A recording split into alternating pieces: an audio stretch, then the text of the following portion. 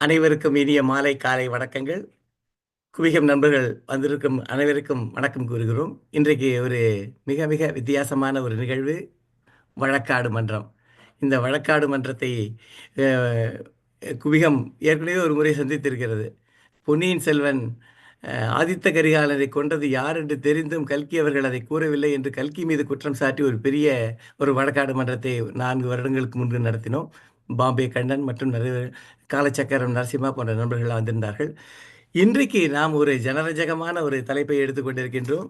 அது என்னவென்றால் தற்கால தமிழ் இலக்கிய படைப்புகளை பற்றி ஒரு வழக்காடு மன்றம். இதை பற்றி யாரும் விவரமாக சொல்வதற்காக காத்து கொண்டிருக்கின்றார்கள் நண்பர்கள். வாவேசு அவர்கள் நீதிபதியாக தலைமையேற்று இந்த நிகழ்ச்சியை நடத்தி தரும்படி அவரை கேட்டுக்கொள்கின்றோம். வாவேசு அவர்கள். வணக்கம். 3 செய்திகளை பகிர்ந்து கொண்டு இந்த வழக்காடு மன்றத்தை நாம் தொடரலாம். ஒன்று, எல்லாருக்கும் முன்கூட்டியே பொங்கல் வாழ்த்துகள். அடுத்த பொங்கலுக்கு முன்னாலே சந்திப்பதனாலே அதை முதல்ல சொல்லிக் கொள்கிறேன். 2வது, இன்றைய வழக்காடு மன்றத்தினுடைய தலைப்பு, இது குவியத்தினுடைய வழக்காடு மன்றத்தினுடைய எண் 001/2025. ஆக குவியத்தினுடைய இந்த வழக்கு எண்ணை நாம் இப்பொழுது பதிவு செய்து இந்த நீதிமன்றத்தில் ஏற்றுக்கொள்கிறோம். இன்றைக்கு வந்திருக்கக்கூடிய வழக்கினுடைய குற்றச்சாட்டு என்ன என்று கேட்டால், இன்றைய தமிழ் இலக்கிய படைப்புகளின் தரம் குறைவதற்கு காரணமான பத்திரிகை ஆசிரியர்கள் குற்றவாளிகளே என்று இதனுடைய தலைப்பு அமைந்திருக்கிறது. இன்னொரு 3வது செய்தியாக நான் பகிர்ந்து கொள்ள விரும்புவது, பத்திரிகை ஆசிரியர்கள் குற்றவாளிகள் என்று ஒரு வழக்கு வந்திருக்கும் போது நான் அதை கொஞ்சம் சீரியஸா எடுத்துக்கிறேன். நான் என்று சொன்னால் குவிகம் அதை ரொம்ப சீரியஸா எடுத்துக்கிறது. காரணம், இந்த நாட்டிலே மிகப்பெரிய தலைவர்கள் எல்லாம் பத்திரிகை ஆசிரியர்களாக இருந்திருக்கிறார்கள். காந்திஜி, ராஜாஜி போன்ற பெரியவர்கள், அரசியல் தலைவர்கள். அப்படி பார்க்கும்பொழுது கவிஞர்ல மகாகவி பாரதி அவர்கள் மிக பெரும் பத்திரிகையாளர். எனவே பாரதி போன்ற ஒரு பத்திரிகை ஆசிரியர் இருக்கிறானா என்று அந்த அளவுகோலை வைத்து பார்த்தால் இன்றைக்கு யாருமே தேர மாட்டார்கள். எனவே நம்ம அதுல போல. ஆனாலும் பத்திரிகை பற்றி பேசும்போது பாரதியை பற்றி குறிப்பிட வேண்டும் என்பதனாலே சொல்கிறேன். பாரதி முதல்ல ஆரம்பிச்சு சுதேசமித்ரன், அதுக்கப்புறம் சக்கரவர்த்தினி, அதுக்கப்புறம் இந்தியா பத்திரிகை, அதுக்கப்புறம் பாலபாரதா, அதுக்கப்புறம் கர்மயோகி, அதுக்கப்புறம் தர்மம் என்ற ஒரு பத்திரிகை. அது எல்லாருக்கும் இலவசமாக கொடுத்தார்கள். இப்படி 7 பத்திரிகையிலே ஆசிரியராக இருந்தான். ஒரு 5 பத்திரிகையிலே விவேகபானு, ஞானபானு போன்ற பத்திரிகைகளை அவன் எழுதினான். ஆங்கில பத்திரிகை காமன்வீல், அப்புறம் இந்து, இதெல்லாம் எழுதினான். ஆகவே நான் பாரதியை நினைத்து கொண்டு பத்திரிகை என்று சொன்னால் அப்படிப்பட்ட பெரியவர்கள் இருந்த இடம். அது உள்ளே நம்ம பேச இருக்கிறோம். ஆகவே நம்ம நாட்டிலே என்றுமே பத்திரிகை ஆசிரியர்களுக்கு ஒரு மிகப்பெரிய இடம் இருந்திருக்கிறது. உண்மையிலே அவர்களை மிகப்பெரிய சமுதாய சீர்திருத்தவாதிகளாக ஜி சுப்பிரமணியர் போன்றவர்கள்லாம் பெரிய சீர்திருத்தவாதி. ஆகவேதான் இந்த வழக்கை ரொம்ப சீரியஸா இந்த நீதிமன்றம் எடுத்துக்கொள்கிறது. காரணம், பத்திரிகை ஆசிரியர்கள் மேலே ஒரு குற்றம் வந்திருக்கிறது. அது என்ன குற்றம் என்று சொன்னால், தரம் தாழ்ந்திருக்கிறது. ஆக இன்றைய தினம் இந்த குற்றச்சாட்டினுடைய தலைப்பு ஒன்றாக இருந்தாலும் அது உள்ளே சென்று அந்த குற்றங்கள் என்ன என்று தெரிந்தால்தான் நம்ம வழக்கை தொடர்ந்து எடுத்து செல்ல முடியும். இந்த வழக்காடுவதற்காக வழக்கை பதிவு செய்ய குற்றம் சாட்ட இருக்கக்கூடியவர் நண்பர் திரு ராஜாமணி அவர்கள். அந்த குற்றத்தை பற்றி அதை மறுத்து பேச இங்கே இருப்பவர் முனைவர் தென்காசி கணேசன் அவர்கள். இதுக்கப்புறம் ஒரு சின்ன ஒரு பிராக்கெட்ல சொல்ல வேண்டிய விஷயம், இது எல்லாமே சும்மா ஒரு ஃபன்னா பண்றது, இதுல ஒன்றும் சீரியஸ்னஸே கிடையாது என்று சொன்னாலும் கூட இந்த மாஸ்கை மாட்டிக்கிறோம். இப்பொழுதிலிருந்து இந்த விளையாட்டை தாண்டி ஒரு சீரியஸ் மாஸ்க் எல்லாரும் மாட்டிக்கொள்கிறோம். இந்த நீதிமன்றம் பல விசித்திரமான வழக்குகளை சந்தித்திருக்கிறது. ஆனாலும் இன்றைக்கு இன்னும் பெரிய சில விசித்திரங்கள் இங்கே நிகழ்கின்றன. காரணம், தமிழ்நாட்டிலே முதன்முறையாக வழக்காடு மன்றத்திலே சாட்சிகள் இந்த தினம் வரக்கூடியது. இது வரைக்கும் எனக்கு தெரிஞ்சு 40 ஆண்டுகள்ல சாட்சிகளே கிடையாது வழக்காடு மன்றத்துல. சாட்சிகள் வர இருக்கிறார்கள். அதே போல வழக்காடு மன்றங்களிலே ஜூரிகளே கிடையாது. ஆனா இன்றைக்கு நாம் இந்த வழக்காடு மன்றத்திலே ஜூரிகளை சந்திக்க இருக்கிறோம். அதே போல இந்த வழக்காடு மன்றத்தில் இன்னும் பல வினோதங்கள் நிகழ இருக்கின்றன. ஏன்னா 2 தரத்துல பேசக்கூடிய வாதி பிரதிவாதி வக்கீல்களை பார்க்கும்பொழுது, அவர்கள் முகங்களை பார்க்கும்பொழுதே அவர்களுடைய சுறுசுறுப்பு தெரிகிறது. ஆகவே இன்னும் என்னெல்லாம் வினோதங்கள் இருக்கின்றனவோ, ஆகவே வந்திருந்த இந்த நிகழ்ச்சியை பார்த்து கொள்ளக்கூடியவர்கள் உங்கள் எல்லாருக்குமே ஒரு ஒரு இதுல ஒரு பங்கு இருக்கிறது. அதை நீங்கள் போக போக புரிந்து கொள்வீர்கள். ஆகவே இந்த அளவிலே நான் இந்த வழக்காடு மன்றத்தை தொடங்குகிறேன். ஜூரிகள் எல்லாம் கடைசி வரை எங்கும் நகராமல் வழக்கை உற்று கவனிக்க வேண்டும். காரணம் அவருடைய கருத்து மிக முக்கியமானது என்று சொல்லி, இப்போ முதல்ல ராஜாமணி அவர்கள் இதுல முக்கியமா வந்து வக்கீல்களுக்கு சொல்றேன், நான் என்ன கேள்வி கேட்கிறேனோ அதுக்கு மட்டும் நீங்க பதில் சொல்லணும், அவ்வளவுதான். அதை தாண்டி நீங்கள் பேசுவது நீங்கள் அதுக்குள்ள பேசி ஆகணும். இதுல வந்து கால அளவு என்பது போக போக தெரியும், பேசிக்கொண்டே இருக்கலாம். ஒவ்வொருத்தருக்கும் மேக்சிமம் ஒரு 15 நிமிஷம், நம்ம 3 பேருக்கும் ஆளுக்கு 15 நிமிஷம்னு இருக்கு. ஸோ நம்ம 45 நிமிஷத்துக்குள்ள நம்ம எல்லாத்தையுமே நம்ம முடிவு செய்து கொள்ள வேண்டும். முதல்ல திரு ராஜாமணி அவர்கள், நீங்க வழக்கு தொடுக்க தயாரா சார்? தயாராக இருக்கிறேன். சரி, அப்போ என்ன பண்ணுங்க, உங்களுடைய இப்போ வந்து பொது தலைப்பு தான் கொடுத்துருக்கோம். தமிழ் இலக்கியத்தினுடைய தரம் குறைந்ததுக்கு காரணமான பத்திரிகை ஆசிரியர்கள் குற்றவாளிகள்னு. இப்பொழுது அந்த குற்றத்தை 3 முக்கியமான குற்றங்களாக பிரித்து, இந்த 3 குற்றங்கள் என்ன என்று இப்போ அந்த மன்றிலே முதல்ல பதிவு செய்யுங்கள். 1, 2 என்று 3, அவ்வளவுதான். அதை பத்தி விளக்கம் பின்னாடி வர்றது, விவாதிக்கிறதுல முதல்ல இந்த 3 குற்றங்களை பதிவு செய்யுங்கள். வணக்கம் நீதிபதி அவர்களே, மதிப்புக்குரிய நீதிபதி அவர்களே. தற்கால தமிழ் இலக்கிய படைப்புகளின் தரம் மிகவும் குறைந்து போவதற்கு, அழிந்து போகவில்லை, குறைந்து வருவதற்கான 3 பிரதான காரணங்களை நான் கூறுகிறேன். அது 3 பிரதான காரணம் அல்ல, ஒரே காரணம் பத்திரிகை ஆசிரியர்கள் தான். அவர்கள் மீது நான் வைக்கும் 3 குற்றச்சாட்டுகளை, முக்கியமான 3 குற்றச்சாட்டுகளை உங்கள் முன் வைக்க ஆசைப்படுகிறேன். முதலில் ஒன்று, பத்திரிகை ஆசிரியர்களுக்கு தொலைநோக்கு பார்வையோ சமுதாய அக்கறையோ மனித நேயமோ அறவே இல்லை. இது என்னுடைய முதல் குற்றச்சாட்டு. இரண்டாவது குற்றச்சாட்டு, பத்திரிகைகளில் சிறந்த இலக்கிய படைப்புகள் வருவதற்கும் சிறப்பான புதிய படைப்பாளிகள் உருவாவதற்கும் இந்த பத்திரிகை ஆசிரியர்களே அவர்களது சுயநல போக்கும் லாப நோக்கமும் பெரும் தடையாக உள்ளது. மூன்றாவது, தங்களை புதுப்பித்துக் கொள்ளாத, அதாவது அப்டேட் செய்து கொள்ளாத பத்திரிகை ஆசிரியர்கள் இலக்கியத்தில், அதன் வளர்ச்சி போக்கில் மிகப்பெரிய தேக்க நிலையை உருவாக்கி சீரழிக்கிறார்கள். இதுதான் என் 3 குற்றச்சாட்டுகள், பிரதானமான 3 குற்றச்சாட்டுகள் நீதிபதி அவர்களே. நன்றி. இந்த குற்றச்சாட்டு வந்து ரொம்ப கடுமையான குற்றச்சாட்டு என்பதிலே எந்த விதமான ஐயமும் கிடையாது. ரொம்ப தெளிவாக குற்றச்சாட்டுகளை எடுத்து சொல்ல இந்த 3 குற்றச்சாட்டுகளை சொன்ன ராஜாமணி அவர்களை நான் பாராட்டுகிறேன். இப்போ இந்த பக்கம் பார்க்கும்பொழுது திரு தென்காசி கணேசன் அவரிடம் நான் ஒரு கேள்வி கேட்கிறேன். இந்த தலைப்பு வந்து நான் மறுபடியும் சொல்றேன் உங்களுக்கு. இந்த 3 குற்றச்சாட்டுகளுக்கும் உள்ளடக்கிய தலைப்பாக இருக்கிற பொது தலைப்பு, இன்றைய தமிழ் இலக்கிய படைப்புகளின் தரம் குறைவதற்கான காரணமான பத்திரிகை ஆசிரியர்கள் குற்றவாளிகளே என்று இருக்கிறது. முதல்ல ஒரு கேள்வி, பத்திரிகையினுடைய தரம் குறைந்திருக்கிறது என்று நீங்கள் ஒத்துக்கொள்கிறீர்களா? அப்படி ஒத்துக்கொண்டால் அதற்கான பல காரணங்களில் பத்திரிகை ஆசிரியர்கள் காரணம் இல்லை என்று நீங்கள் விவாதிக்க வேண்டும். அல்லது தரமே குறையவில்லை என்று உங்களுடைய பக்கம் இருந்தால் அப்ப குற்றமே நிகழவில்லை. குற்றமே நிகழாத போது ஏது குற்றவாளி என்ற பின்னணியிலே உங்களுடைய மறுப்பு இருக்க வேண்டும். ஆக இந்த 3 குற்றத்தையும் நீங்கள் மறுக்கிறீர்களா? அல்லது இதை ஏதாவது ஒரு குற்றத்தை ஏற்றுக்கொண்டு ஒன்றை மறுக்காமல் இருக்க இந்த மாதிரி ஏதாவது இருக்கிறதா? அல்லது 3 குற்றங்களையும் நீங்கள் ஏற்றுக்கொள்கிறீர்களா என்று ஒரு கேள்வி. 2வது, தரம் குறைந்துள்ளது, ஆனால் பத்திரிகை ஆசிரியர் இதுக்கு குற்றவாளி அல்ல. 2வது, தரம் குறையவே இல்லை, எனவே குற்றமே நடக்கவில்லை. இதை நீங்க தெளிவுபடுத்துங்கள் முதல்ல. வணக்கம் நீதிபதி அவர்களுக்கு என் முதன்மையான வணக்கம். திரு ராஜாமணி அவருடைய குற்றச்சாட்டு 3ஐயும் நான் வன்மையாக மறுக்கின்றேன். ஏன் அப்படின்னா, பத்திரிகைக்கு வந்து நோ விஷன் இல்ல அப்படின்னு நீங்க சொல்றீங்க. இல்ல, ஒரு நிமிஷம், நீங்க மறுக்கிறேன்னு ஒத்துட்டீங்க இல்லையா? இந்த 3ஐயும் மறுக்கிறீர்களா? 3ஐயும் மறுக்கிறேன். சரி, எந்த அடிப்படையில? தரம் குறைந்ததா, தரம் குறையவில்லையா?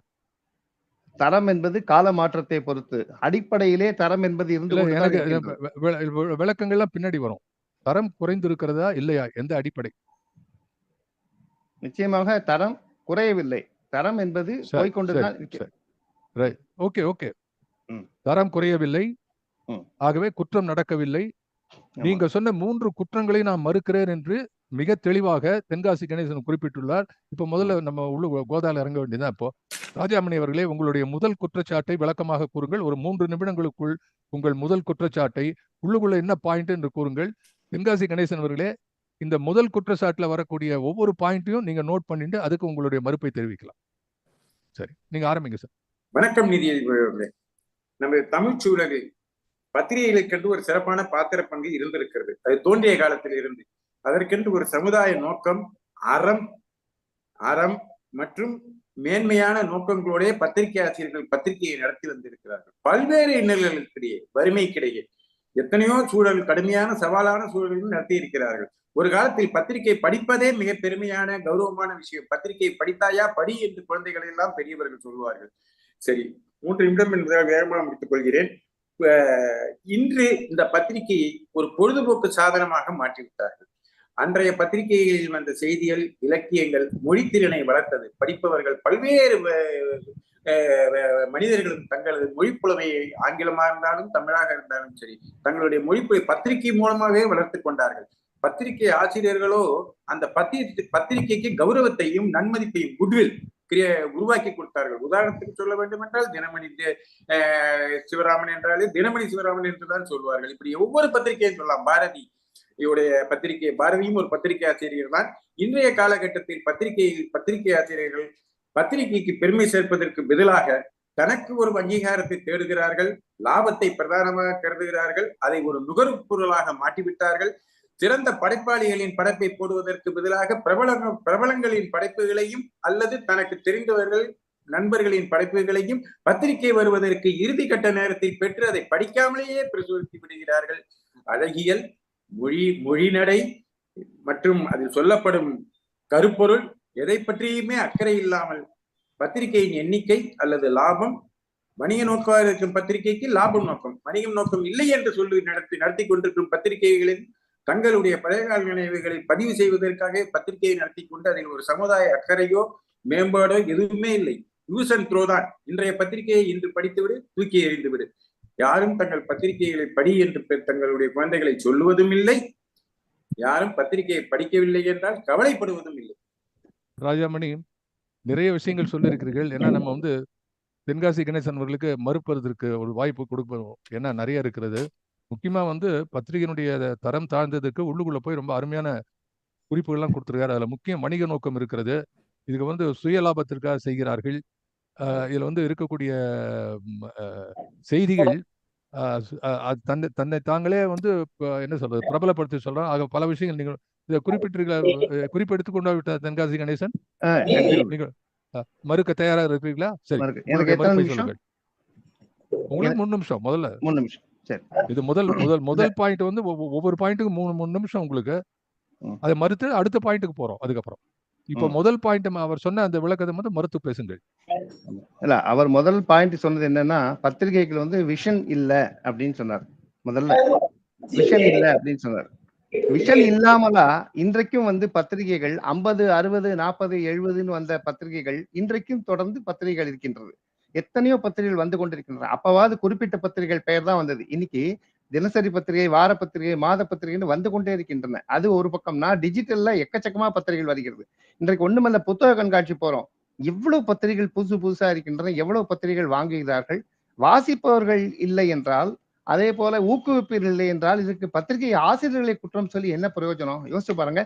நான் இந்த நேரத்துல சொல்லலாமான்னு தெரியல, ஆனாலும் சொல்றேன். கண்ணதாசன் இந்த கேள்வி கேட்கப்பட்டது 1970களில. ஏன் பத்திரிகை இலக்கிய தரம் குறைகின்றது, நிறைய பேர் வாசிக்க மாட்டேங்கிறார்கள் என்பது. நான் என்னப்பா செய்ய, மக்கள் படிப்பது தினத்தந்தி, கேட்பது இழந்த பழம் பாடல், பார்ப்பது எம்ஜிஆர் படம், அப்புறம் நான் என்ன பண்ண முடியும் ரசனையை பற்றி என்று பதில் சொன்னார். ஆக இதற்கு எல்லாத்துக்கும் பத்திரிகை ஆசிரியரை குற்றம் சொல்வதுங்கிறது, ரசனை என்பது எல்லோரிடமும் இருக்கிறது, நாம் தான் பண்ண வேண்டும். இவர் சொல்றார் இந்த விஷனே இல்ல. விஷன் இல்லாமே இத்தனை பத்திரிகை. இன்னைக்கு தினமணி பத்தி பேசுறார். தினமணி என்னைக்கு ஆரம்பிச்சது, ஏன் இன்றைக்கும் தொடர்ந்து வருகின்றது? தினத்தந்தி என்னைக்கு ஆரம்பிச்சது? ஹிந்து எண்ணிக்கை ஆரம்பிச்சது, தினமலர் எண்ணிக்கை ஆரம்பிச்சது, இன்றைக்கும் அமுத சுரபி தொடர்கிறது, கணையாழி தொடர்ந்து வருகின்றது. 78 ஆரம்பிச்ச நம்ம விருட்சம், நவீன விருட்சம் இன்னும் தொடர்ந்து வந்துட்டு இருக்கிறது. ஆக பத்திரிகைகளுக்கும் விஷன் இருக்கின்றது. அவருடைய நிறுவனர்கள் எப்படி வந்து நிறுவனங்கள்ல வந்து அப்பா பிள்ளை பேரனோ அதே மாதிரி பத்திரிகை ஆசிரியர்களையும் அப்பா பிள்ளை பேரன் வந்து மிக சிறப்பாக நடந்து கொண்டிருக்கிறது. அதுவே மிகவும் பாராட்டக்கூடிய விஷயம். நீதிபதி அவர்களே, ஒன் அப்ஜெக்ஷன். ஆம் பத்திரிகை ஒரு தொடர்ந்து நிமிஷம் வருவதற்கு ஒரு பத்திரிகையை ஒரு தொடர்ந்து நிமிஷம் நீண்ட சார், ஒரு பத்திரிகை நிமிஷம் ராஜாமணி ஒரு நிமிஷம். நீதிபதி அப்ஜெக்ஷன் நீங்க பாட்டு பேச ஆரம்பிக்க கூடாது. நீதிபதி அப்ஜெக்ஷன் நான் அலோ பண்ணணும். ஒரு ஆட்சேபிக்க அவர் அவர் அவர் அவர் வந்து ஒரு பாயிண்ட் சொல்லிட்டு இருக்காரு, அது முடிக்கட்டும். அவர் வந்து இப்ப வாரிசு பத்திரிகை இதுக்கு வந்திருக்காரு. வாரிசு மாதிரி வாரிசு பத்திரிகை இருக்கிறார். அடுத்த பாயிண்ட் சார் சொல்லுங்க.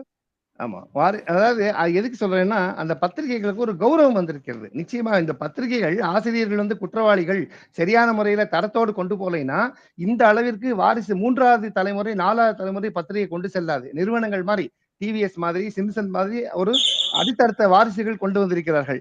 அது மட்டும் இல்லாம ஒரு கௌரவம். முன்னாடி எல்லாம் பத்திரிகை ஆசிரியர் மட்டும்தான் தனி ரூம். வேலை பார்க்கறவங்க யாருன்னா பத்திரிகை ஆபீஸ்ல வேலை பார்க்கறியா அப்படின்னு கேட்பாங்க. கம்மி சம்பளம் தானே, எங்க இருக்கான்னு கேட்பாங்க, ஓட்டு வீட்டுல இருக்கான்னு கேட்பாங்க. இன்னைக்கு பத்திரிகை ஆபீஸ்ல வேலை பார்க்கறோம் பூரா பாத்தீங்கன்னா ஆபீஸே ஏசில இருக்கு. அவங்க எல்லாம் ஸ்கூட்டர் என்ன கார் என்ன நல்லா சந்தோஷமா நல்லா இருக்காங்க. இதுக்கெல்லாம் காரணம் என்ன? அந்த இலக்கியத்தோட இன்னும் எவ்வளவு முடியுமோ அந்த தரத்தோடு இன்றைக்கு இருக்கிற நிலைமையில பண்ணிட்டு இருக்கு. அந்த காலத்துல ஏகப்பட்ட பேர் பத்திரிகை நடத்தினாங்க. சிற்றிதழ்கள் ஆத்மாராம் லான்னு ஒண்ணு நடத்தினாரு. மீட்சி என்ற ஒரு பத்திரிகை வந்தது. ஞானரதம் காணாசு பண்ணினாரு. காலச்சோடு சுந்தர ராமசாமி தொடர்ந்து ஆசிரியராக இருந்தார். முன்றில் என்று அசோகமித்திரன் பத்திரிகை, கனவு சுப்பிரபாரதி மணியன், இத மாதிரி எத்தனையோ பொதுஜன ரசனையை மீறி இலக்கியம் வளர்த்த பத்திரிகைகள் வரத்தான் செய்தது. இன்றைக்கும் வந்து கொண்டுதான்.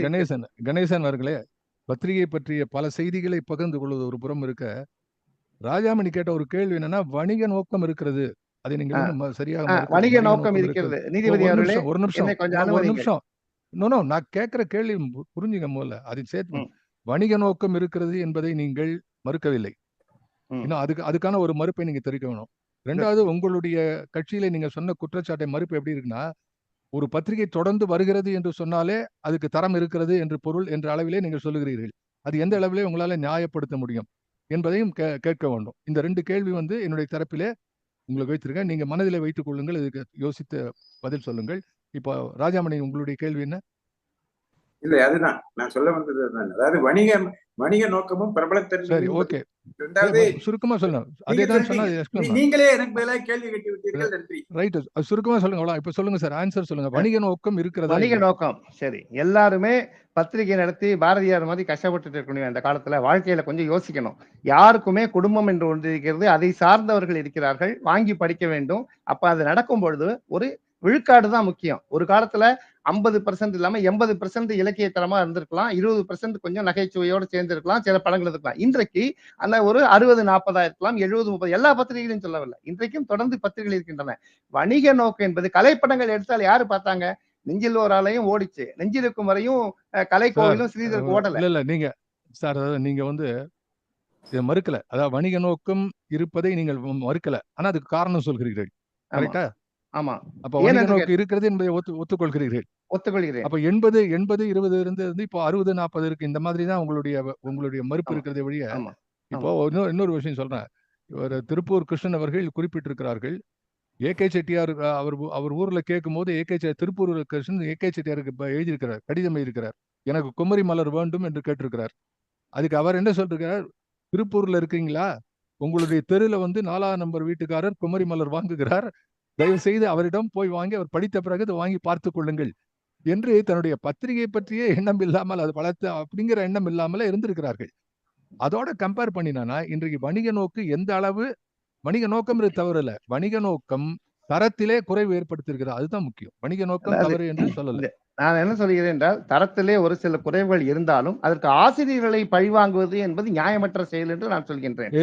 நான் முதல்ல கேட்டேன். ஒரு நிமிஷம். இதுதான் நான் முதல்ல கேட்டேன். தரம் குறைந்திருக்கிறது, ஆனால் பத்திரிகை ஆசிரியர் பொறுப்பல்ல என்ற நிலையிலே நீங்கள் வாதிடுகிறா அல்லது தரமே குறையவில்லை என்று வாதிடுகிறீர்களா? நான் கேட்டபோது நீங்க தரமே குறையவில்லை என்று சொல்லி இருக்கிறீர்கள்.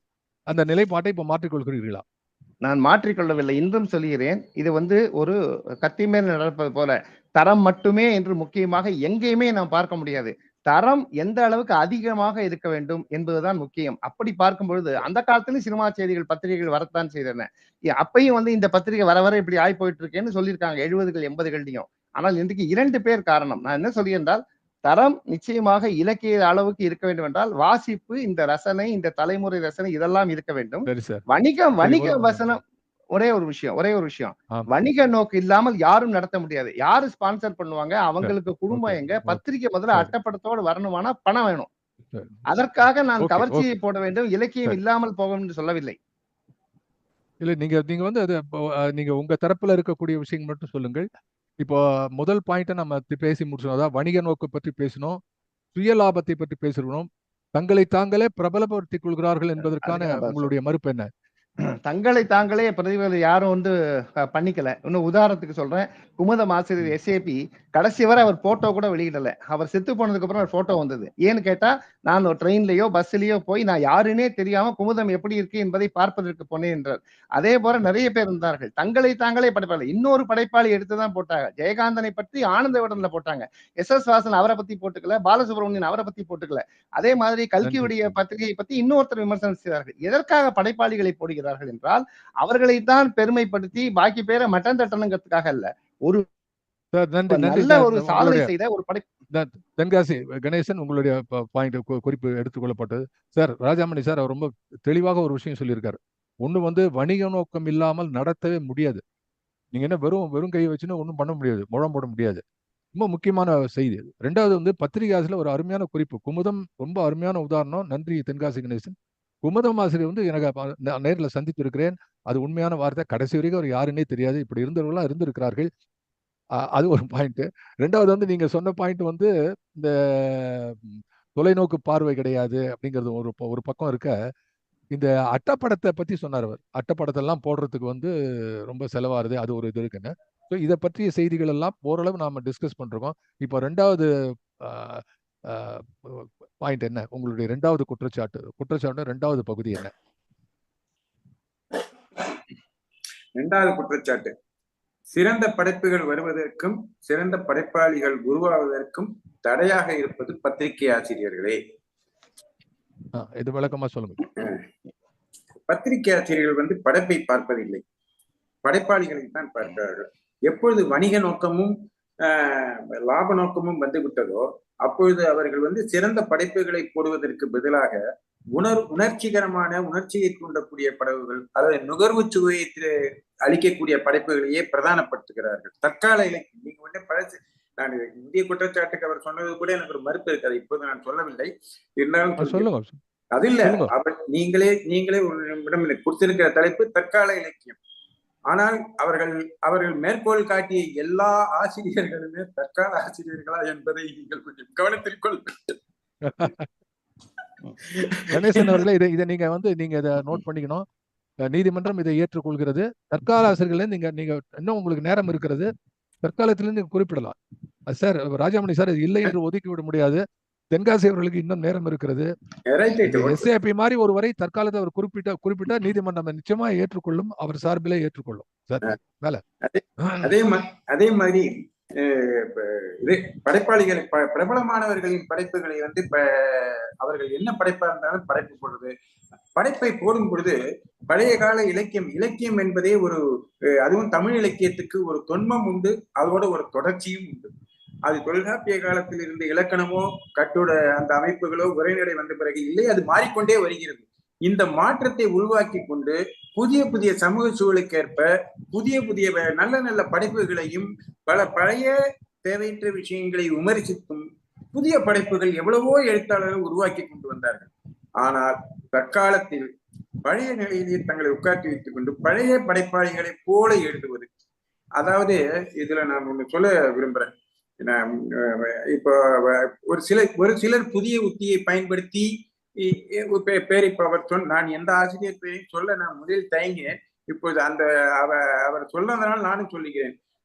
சுஜாதா இன்னும் பலரும், புதுமை பித்தன் போன்றவர்கள் எல்லாம் புதிய நடையையும் புதிய இலக்கணத்தையும் உருவாக்கினார்கள் இலக்கியத்தில்.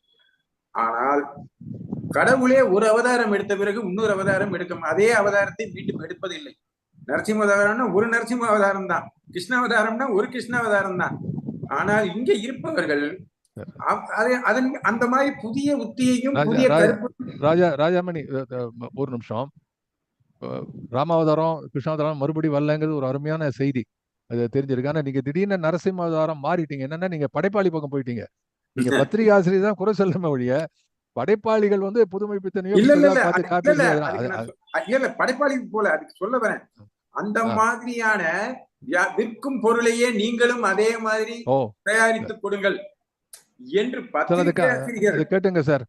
தென்காசி கணேசனுக்கு இது ஒரு நோட் எழுதணும். விற்கும் பொருளையே மறுபடியும் விற்றுக் கொள்கிறார்கள். விற்கும் பொருளையே அதே மாதிரியே நீங்களும் கொடுங்கள் அப்படி சொல்லுவதனால் தங்களுக்கான புதிய நடையையோ உத்தியையோ புதிய மொழி நடையோ புது கருப்பொருளையோ தேடாமல் அப்படியே ஒரு கருப்பொருள் வந்தாலும் அவர்கள் சொல்லுவது போலயே பழக்கப்பட்ட நடையிலேயே பிரபலமான நடையிலேயே அவர்களை பின்பற்றுவதாக இவர்கள் தங்களுடைய சுயத்தை படைப்பாளிகளின் சுயத்தை இவர்கள் அழித்து விடுகிறார்கள்.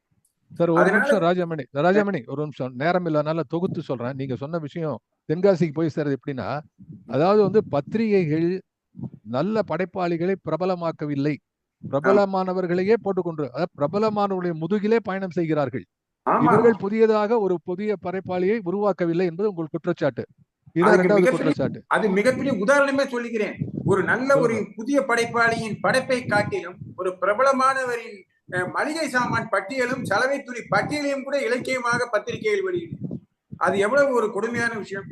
அந்த பக்கத்தில் ஒரு புதிய படைப்பாளியின் ஒரு கவிதையோ ஒரு படைப்பையோ போட்டிருக்கலாம் அல்லவா? அவர்களுக்கு தேவை சர்க்குலேஷன், அவர்களுக்கு தேவை வணிகம், அவர்களுக்கு தேவை லாபம், தேவைப்பட்டால் அருவருப்பான செல்வி. சார் அதாவது வந்து இப்போ ஒரு கான்செப்ட் தென்காசி, இதை நீங்க நோட் பண்ணிக்கணும். ராஜாமணி வந்து ரெண்டாவது பாயிண்ட்ல முக்கியமா சொன்னது என்ன அப்படின்னு நான் நினைக்கிறேன் அப்படின்னா, அதாவது படைப்பாளிகளுக்கு அத்தனை படைப்பாளிகள் படிச்சு பார்க்கணும். அதாவது ஆசிரியர்கள்னால என்ன அர்த்தம்னா எல்லாத்தையும் படிக்கணும். நாங்க வந்து பரீட்சையில திருத்துற மாதிரி மொத்தம் வரக்கூடிய அத்தனையும் படிச்சு பார்க்கணும். அப்படி இல்லாம ஒரு 10 பேர் கதை எழுதிருக்காங்க, பார்த்த உடனே பிரபலமா இருக்கிற தூக்கி போட்டுறாங்க அப்படிங்கிறது ஒரு குற்றச்சாட்டு. அதானே? அந்த குற்றச்சாட்டு தானே? அந்த குற்றச்சாட்டு சொல்லிடுறேன். ஒண்ணு சொல்ல நீதிபதி, இன்னொன்னு முக்கியமானது, நல்ல படைப்புகளை உருவாக்குவதற்கு மிகப்பெரிய முக்கியமான விஷயம் விமர்சனம். Thesis, antithesis, synthesis. எந்த ஒரு படைப்பாளியும் இப்போது தற்கால சூழலிலே பதிப்பாசிரியர்கள் விமர்சனத்தை அனுமதிப்பதே இல்லை. விமர்சனம் என்ற பெயரில் அவர்களுக்கு பிடித்த அவர்களுக்கு உதவியா இருக்கிற ஆசிரியர்கள் அல்லது படைப்பாளிகளை முகஸ்துதி செய்வது, தங்களோடு ஒத்து வராவிட்டால் அவர் படைப்பை பார்க்காமல் படைப்பாளியின் முகத்தை பார்த்து முற்றாக நிராகரித்து விடுவது, இதற்கு பேர் விமர்சனம் அல்ல. நல்ல விமர்சனம் ஒன்றுதான் இலக்கியத்தை மேன்மேலும் வளர்த்து. நன்றி நன்றி ராஜாமணி. பத்திரிகை ஆசிரியர்கள் இருந்தால் கொஞ்சம் அது இருக்கிற நாற்காலியில நெளிவார்கள். அந்த அளவு நீங்க குற்றச்சாட்டை சொல்லிட்டீங்க. விமர்சனம் சரியா இல்ல சார், விமர்சனம் எல்லாம் பாராட்ட போயிடுது என்று ஒரு சொல்கிறார். ரெண்டாவது ரொம்ப கடுமையான குற்றச்சாட்டுன்னா படைப்பாளிகள் அதாவது பிரபலமருடைய முதுகலை ஏறுகிறார்கள். பத்திரிகை புதிய பிரபலங்களை உருவாக்கவில்லை, பிரபலங்களுடைய அந்த ஒளியிலே தாங்கள் வாழுகிறார்கள் என்பதை மறுபடியும் வணிக நோக்க தான் அவர் வந்து கனெக்ட் பண்ணி சொல்றார். அதை நீங்க மறுக்கணும் சார். இன்றைக்கு அமரன் போன்ற படங்கள் புதிதாக இருக்கிறது என்று பார்க்கிறார்கள். அதற்காக கர்ணனையும் திருவிளையாடலையும் கட்டபொம்மனையும் யாரும் பார்க்காமல் இருப்பதில்லை. அதே போல பழைய இலக்கியவர்களை பற்றி படைப்பாளிகளை பற்றி போடத்தான் செய்கிறார்கள். அன்றைக்கும் போட்டுக் கொண்டிருந்தார்கள். இன்றைக்கும் நீங்க சொல்ற மாதிரி அவர் படைப்பாளி வந்து அந்த ஆசிரியர் யாரோ அவரை பத்தியே போட்டுக்கிறாரு, அல்லது வந்து நல்ல படைப்பாளியை உருவாக்குவதில்லை என்று சொன்னால் இத்தனை படைப்பாளிகள் எப்படி வந்திருப்பார்கள்? இன்றைக்கு நாம் பேசிக்கொண்ட ராஜேஷ்குமார், ராஜேந்திரகுமார், சுஜாதா உட்பட, மாலன் உட்பட எல்லாரும் 70களில் உங்களை மாதிரி இது கேட்டு வாய்ப்பு இல்லாமல் அல்லது சின்ன துணுக்கோடு இருந்தவர்கள் தான். சாவி ஒரு கை தூக்கி விடக்கத்தான் இவர்கள் எல்லாம் வந்தார்கள். அதே போல ஆனந்த விடன் ஆசிரியர் கை தூக்கி கொண்டு சில பேர் வந்தார்கள். அப்ப எல்லாரும் ஒரே நாள் அன்னைக்கு நினைச்சிருந்தா கல்கி, சாண்டில்யன் இவங்களை மட்டும்தான் போட்டு இருந்திருக்கணும். போடல. அவர் புதுசா ஆரம்பித்தாரு. அருண்குமார் போடு, சாரு பிரபா சுந்தர் போடு, இன்னைக்கு பேரே தெரியாது. இவங்களெல்லாம் நாம் பேர் போக வைக்கிறோம் என்றால் அன்றைக்கு பத்திரிகை இன்றைக்கும் இருக்கிறது. நம்ம ஒரு உதாரணம் போக வேண்டாம் சார். நம்ம குவிகம் கிருபானந்தன் எடுத்துங்க, கவிகம் சுந்தரராஜன் எடுத்துங்க. சுந்தரராஜன் பேர் அந்த டிஜிட்டல் மேகசின்ல என்னைக்காவது வந்திருக்கா? எல்லா படைப்பாளியோட தான் போட்டுட்டு இருக்காரு. ஒரு உதாரணம் எடுத்துங்க.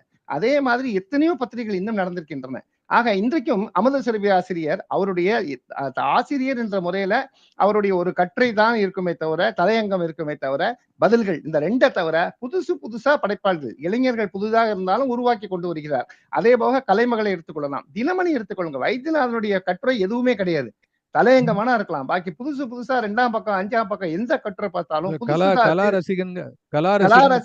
கலாரசிகன்கிறது தினமும் வருது இல்ல. அதுக்கப்புறம் அதுல நீங்க ஸ்ரீவில்லிபுத்தூர்ல இருந்து ஒருத்தர், தென்காசியில இருந்து ஒருத்தர், நாங்குநேரில இருந்து ஒருத்தர், யாரெல்லாமோ வராங்க. யாருன்னே அதுக்கு அப்புறம் தான் நமக்கு அடையாளம் தெரியப்படுகிறது. இத மாதிரி எத்தனையோ பத்திரிகைகள் நாம் சொல்லலாம். ஹிந்துவே எடுத்துங்க, எடிட்டர் ஏதாவது எழுதுறார், நீங்க சொன்ன மாதிரி ஆசிரியர்கள் தங்களுடைய பறைசாற்றிக் கொள்ளவில்லை. ஒன்று, உங்க குற்றச்சாட்டை வன்மையாக மறுக்கிறேன். இரண்டாவது, படைப்பாளிகள் பிரபலமானவர்கள் மட்டும்தான் நேற்றைக்கு பிரபலமானவன் இன்றைக்கு இருக்கிறான், நேற்றைக்கு பிரபலமாகாதவன் இன்றைக்கு பிரபலமாகிறான். அது எல்லா இடமும் உள்ளுதான். அதனால அது புதுசு கிடையாது. கண்ணதாசன் பத்தி எழுதும்போது பிரபலமானதுக்கு அப்புறம் கண்ணதாசன் 4 வரி வெறும்ன குப்பனும் குளிக்க போனான் கூட நானும் போனான், அதுவே சந்த அருமையா இருக்குன்னு சொல்லுவாங்க. இது உலகம். இது ஷேக்ஸ்பியர்ல இருந்து கம்பன்ல இருந்து எல்லோரும் ஒத்துக்கொண்ட ஒன்று. இதை வைத்துக் கொண்டு பத்திரிகை தரம் தாழ்ந்தது காரணம் ஆசிரியர் தான் என்று சொல்வது நிச்சயமாக நான் மறுக்கின்றேன். சார், ஆசிரியர்களுக்கு ஒரு நிமிஷம். தென்காசி கணேசன் அவர்களே, ஆசிரியர் எனக்கு ஒரு சந்தேகம் கேட்கிறேன். நீதிபதி கிட்ட வர கூட சொன்ன இந்த ஆசிரியர்கள் கீழே டிஸ்கிளைமர் போடுறாங்க, பொறுப்பு துறப்பு. இது என்ன பொறுப்பு துறப்பு? நீங்க பொறுப்பை துறந்துட்டு எதுக்கு ஆசிரியர் உட்காந்துருக்கீங்கன்னு ஒரு கேள்வி எனக்கு இருக்கிறது. அதுக்கும் நீங்க யோசி வைங்க. ஏன்னா இப்ப நான் திடீர்னு கேட்டேன், அதனால அதை யோசிச்சு வைங்க. இப்போ 3வது இதையும் மறுத்திருக்காரு சார், ராஜாமணி சார் வன்மையான மறுத்திருக்காரு. அவர் அத்தனை பிரபலங்களும் சொன்னார், உண்மை வசமான பார்த்து அத்தனையும் எடுத்துக்கொள்ள வேண்டிய நான் நோட் பண்ணிட்டு இருக்கேன். ஆகவே இப்போது உங்களுக்கு 3வது ஃபைனல் குற்றச்சாட்டு, நமக்கு நேரம் அருகி கொண்டிருக்கிறது. 3வது குற்றச்சாட்டை வையுங்கள். அதுக்கப்புறம் நம்ம அடுத்த நிலைக்கு சொல்லணும். சொல்லுங்க 3வது குற்றச்சாட்டு. 3வது குற்றச்சாட்டையும் வைத்துக் கொள்கிறேன். மீண்டும் ஒரே ஒரு விஷயத்துக்கு எனக்கு அனுமதி கொடுக்க வேண்டும். சொல்லுங்க. 2வது குற்றச்சாட்டிலும் அவர் பிரபலமானவர்களின் பெயர்கள் எல்லாம் சொன்னார். அவர்கள் எல்லாம் முட்டி மோதி ஆசிரியர்களின் தயவினால் வரவில்லை, தன் திறமையினால் வந்தார்கள். அப்பொழுதும் அவர் சொன்ன அத்தனை ஆசிரியர்களும் இப்பொழுது இல்லை. அந்த பத்தி இன்று தற்கால அமுதசுரபி விதிவிலக்குகள் விதியாகாது சார். சரி, இப்போ உங்க 3வது குற்றச்சாட்டு சொல்லுங்க. 3வது குற்றச்சாட்டு அப்டேஷன் தன்னை புதுப்பித்துக் கொள்ளுதல். ஒரு பத்திரிகை துறையில் இருப்பவர் தங்களை புதுப்பித்துக் கொண்டே இருக்க வேண்டும். ஒரு செயலை ஒருவர் தொடர்ந்து செய்து கொண்டே இருந்தால் அதில் ஒரு சில மாற்றங்கள் அவரிடம் தெரிய வேண்டும். நான் எந்த மாற்றமும் இல்லாமல் பழைய காலத்திலேயே அப்படியேதான் இருப்பேன் என்று சொன்னால் அது ஒரு மிகப்பெரிய தேக்க நிலையை உருவாக்கிவிடும். எனக்கு தெரியும் நீதிபதி அவர்களே, உங்களுக்கு கார் ஓட்ட பிடிக்கும். நீங்கள் விரும்பி கார் ஓட்டுவீர்கள் தானே? விரும்பி கார் ஓட்டும் பொழுது நீங்கள் எவ்வளவு நேரம் ரியர்வியூ மிரரை பார்ப்பீர்கள்? அவ்வப்போது பார்ப்பீர்கள். ஆனால் பிரதானமாக பார்க்க வேண்டியது முன்பக்க கண்ணாடியும் முன்பக்க சாலையும் தான். தேவைப்படும் நேரத்தில் ரிவர்வியூவை கொஞ்சம் பார்த்துக்கலாம், பின்புறத்தை காட்டும் கண்ணாடி. ஆனால் பின்புறத்தை கண்ணாடியை பார்த்து கொண்டே அதுதான் சிறந்தது என்று காரை ஓட்டினால் அது எப்படிப்பட்ட விளைவுகளை ஏற்படுத்தும் என்று நான் சொல்ல வேண்டிய அவசியம் இல்லை. இந்த தற்கால பத்திரிகை ஆசிரியர்கள் எல்லாம் ஒரு தேக்க நிலையை அடைந்து தாங்கள் வாழ்ந்த ஒரு வாழ்க்கை நிச்சயமாக கடுமையான சவால்களை எல்லாம் சந்தித்தான் ஒரு நல்ல நிலைக்கு வந்திருக்கிறார்கள். ஆனால் அந்த சவால்களை சந்தித்த வாழ்க்கையும் பற்றாக்குறையை வென்றெடுத்த வாழ்க்கையுமே சிறந்த வாழ்க்கை என்று அதையே திருப்பி பதிவு செய்வதும் அந்த காலத்திலேயே வாழ்ந்து கொண்டிருப்பதும் ஒரு மிகப்பெரிய தேக்க நிலையை உருவாக்காத? நிச்சயமாக உருவாக்குகிறது. புதிய படைப்புகள் என்று சொல்லும் பொழுது நான் பாரதியை ஒன்று சொல்ல விரும்புகிறேன். இந்த நேரத்தில் அவர் ஒரு பத்திரிகை ஆசிரியர். இந்த அளவிற்கு தொழில்நுட்பம் கிடையாது, இந்த அளவிற்கு எல்லா வசதிகளுமே கிடையாது. ஆனால் உலகத்தில் எல்லா இடத்திலும் நடந்த விஷயங்களை பற்றி எல்லாம் அவர் உடனுக்குடன் பத்திரிகையில் எழுதியிருக்கிறார். அது புரட்சியா இருக்கட்டும், அல்லது ஷெல்லியை பற்றியதாக இருக்கட்டும், ஆப்பிரிக்க அதோட ராஜாமணி பாயிண்ட் வெல் டேக்கன். நீங்க அடுத்த பாயிண்ட் போங்க. பாரதி பல விஷயம் அதை பத்தி அடுத்த பாயிண்ட் என்ன? இல்ல இப்ப நீங்க 3வது அப்டேஷன் சார், இன்றைக்கு நான் கேட்கிற கேள்வி சார், நாங்க இன்றைக்கு இருக்கிற இந்த கூகுள் டைப்ல இன்னைக்கு அப்டேஷன்ல நீங்க குறிப்பா சொல்லணும் எந்த விஷயத்துல. அதாவது இப்போ பாரதி விமான தளம் சென்னையில இருந்து பத்தி பாரதி இருக்கிறார். அது மாதிரி நீங்க குறிப்பா என்ன சொல்ல வரீங்க? எனக்கு இந்த பாயிண்ட் கரெக்டா போய் சேரணும். கரெக்டா போறேன். முன்பு ஒவ்வொரு கிராமமும் ஒவ்வொரு உலகமாக இருந்தது. இன்று உலகமே ஒரு கிராமமாக இருக்கிறது. இன்றைய புதிய இளைஞர்கள் மத்தியில் வாழ்க்கை சூழலில் மாற்றம், அவர்கள் பற்றாக்குறை என்பது வேணால் இல்லாமல் இருக்கலாம், வாழ்க்கை சூழலில் மாற்றம், குடும்ப அமைப்பில் மாற்றம், உறவு நிலையில் மாற்றம், அவர்களுடைய வாழ்வை பற்றிய புரிதலில் பல்வேறு மாற்றங்கள் ஏற்பட்டிருக்கிறது. இதை பற்றி பத்திரிகைகள் ஒரு நிமிஷம், இதை பற்றி பாயிண்ட் டேக்கன். இதை பற்றி பத்திரிகைகள் பேசவில்லை என்று குற்றம் சாட்டுகிறீர்களா, அல்லது இதை பற்றி பத்திரிகை ஆசிரியர்கள் கவலைப்படவில்லை என்று குற்றம் சாட்டுகிறீர்களா? தெளிவா சொல்லுங்க. இதை பற்றி கவலைப்படுவது அப்புறம், இதை பற்றி முதலில் உணர்ந்து கொள்ளவே இல்லை, புரிந்து கொள்ளவே இல்லை. அதாவது இதை புரிந்து கொண்டு இலக்கியத்தில் அவர்கள் வெளியிடும் பத்திரிகைகளில் இந்த வாழ்வியல் சூழலை பற்றியும் இந்த தலைமுறையினருக்கான வாழ்க்கையை பற்றியும் எழுத வேண்டும். இதற்கு முன்னாலே வந்து அத்தனை பத்திரிகைகளும் அந்தந்த காலகட்ட வாழ்க்கை சூழலை பற்றி அதில் உள்ள குறைகளை பற்றி எழுதினால்தான் மாற்றங்கள் வந்து கொண்டே இருந்தது. இப்படி அதை பற்றி புரிந்து கொள்ளாத இலக்கியத்தை எழுதினால் ஒரு நிமிஷம் ராஜாமணி, நான் இப்படி அதை தூக்குறேன். அதாவது சமுதாய அக்கறை இல்லை என்று பொதுவா சொல்லிடலாம் இல்லையா?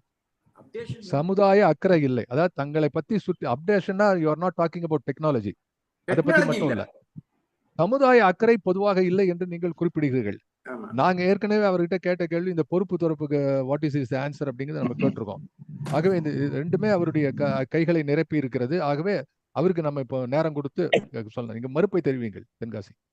நீதிபதி அவர்களே, அவர் சொன்னார் கார் ஓட்டும் போது பின்புற கண்ணாடியை பார்க்க வேண்டியது அவ்வளவு அவசியம் இல்லை, எப்பயுமே முன்புற கண்ணாடி தான் பார்க்கணும் அப்படின்னாரு. முன்புற கண்ணாடி பார்த்துட்டே போகலாம், பிரச்சனை கிடையாது. அப்படியேனா கூட சைடுல அந்த பக்கம் உள்ளவங்க எய்தாப்புல பார்த்துருவாங்க. பின்புறம் பார்க்கல என்று சொன்னால் விபத்து தான். அது எப்ப வேணா ஏற்படும். ஒரு தடவை ஏற்பட்டாலும் அது விபத்து தான். அந்த விபத்து வந்து ரொம்ப சங்கடமா போய்விடும். ஆகவே பின்புற கண்ணாடி என்பதும் முக்கியம்தான். இதுல ஏன் பழைய ஆளை பத்தியே பேசுறாங்க அப்படின்னு சொன்னா, இன்னைக்கு எந்த ஒரு உதாரணம் எடுத்துக்கொண்டாலும் இன்னைக்கு எஸ் ராமகிருஷ்ணன் இப்ப எழுதி கொண்டு வருகிறார். இந்த உள்ள எழுத்தாளர்கள்ல எவ்வளவு நல்லா இருக்கு எஸ் ராமகிருஷ்ணன், அவருக்கு எவ்வளவு பேர் பின்னாடி வாசகர்கள் போகிறார்கள். இது ஒண்ணு. ரெண்டாவது, பொறுப்பு துறப்பு பத்தி பேசுங்க. பொறுப்பு துறப்புனா இன்னைக்கு இருக்கிற நிலைமையில நான் முதல்லயே சொன்னேன், பத்திரிகை வந்து நல்ல தரத்தோட இருக்கணும், எல்லா வாசகர்களையும் சென்றடையணும். கடை வெறித்தார் கொள்வார் இல்லைன்னு வள்ளலார் பாடின மாதிரி யாரும் வாங்காம இருந்தாலும் எந்த பத்திரிகை விற்கும், எந்த ஆசிரியருக்கு சம்பளம் கொடுப்பாங்க, அதை யோசித்து பார்க்கும்போது அவருக்கு வந்து பொறுப்பு துறப்பு போடாம இருக்கிறது வாய்தா கலைய முடியாது. வாசகர்களுக்கு தரத்துக்கு அலைய முடியுமா, வாய்தா கலைய முடியுமா ஆசிரியர்கள்? ஆகவே நிச்சயமாக பொறுப்பு துறப்பு என்பது அவருடைய வாழ்வு, அவருடைய அந்த பத்திரிகைக்குரிய தர்மம், அதனால இருக்கத்தான் செய்கிறது, காலத்தின் கட்டாயம். எல்லாரும் அந்த காலம் மாதிரி ஆசிரியர் ஏனேன்னு சொல்லிட்டு உள்ளுக்குள்ள போயிட்டு வந்துட்டு இருக்க முடியாது பாரதி மாதிரி. ஆகவே இது ஒன்று காலத்தின் கட்டாயம், இது எல்லோரும் ஒத்துக்கொள்ள வேண்டிய விஷயமும் கூட. அதாவது நீங்க மறுபடி நான் இதை கேட்கிறேன், தரம் குறைந்தது என்பதை ஒத்துக்கொள்கிறீர்கள் நீங்க, அதுக்கு காரணம் பத்திரிகை ஆசிரியர் இல்லை, அதுதானே சொல்ல வரீங்க? அதான் நான் முதல்ல கேட்ட கேள்வி உங்களுடைய நிலைப்பாடு வேறு, இப்பொழுது உங்களுடைய நிலைப்பாடு வேறு. வேற என்ன சார் பண்ண முடியும் என்ற துணிதான் உங்களுக்கு இருக்கிறது. வாழ முடியாது சொல்றீங்க.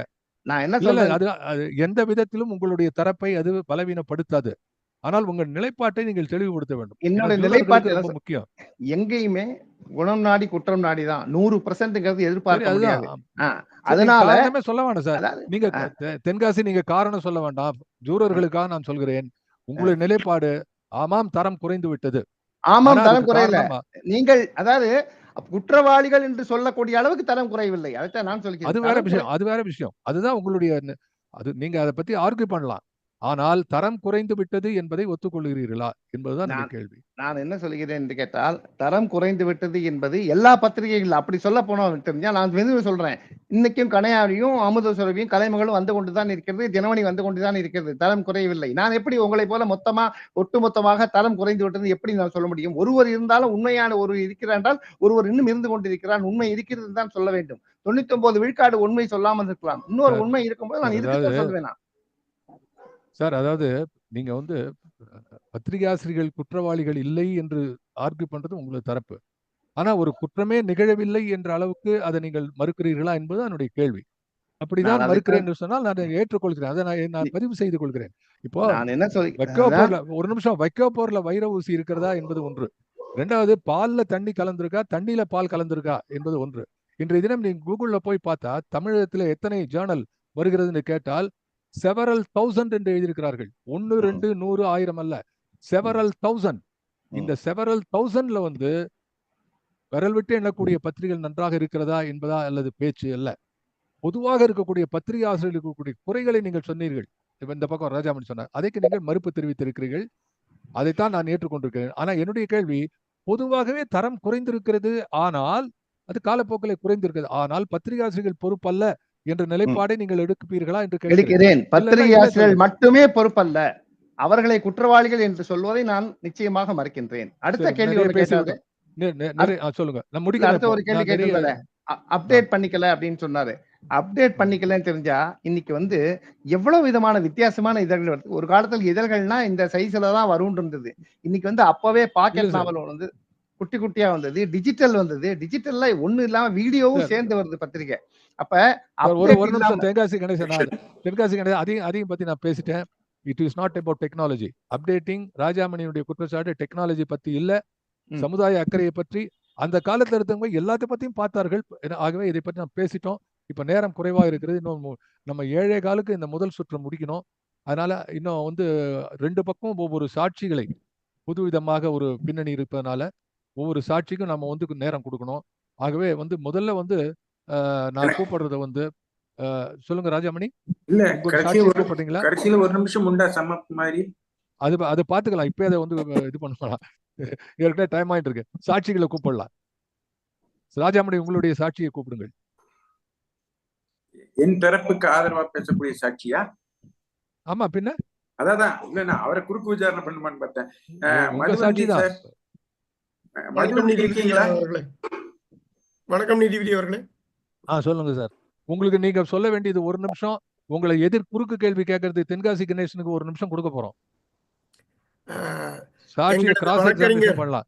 வழக்கறிஞர் ராஜாமணி சொன்னது போல பத்திரிகைகளின் தரம் குறைந்து விட்டது என்பது குற்றச்சாட்டு. அந்த தரம் குறைந்ததற்கு பத்திரிகை ஆசிரியர்களே காரணம் என்பது அதனுடைய தொடர்பான குற்றச்சாட்டு.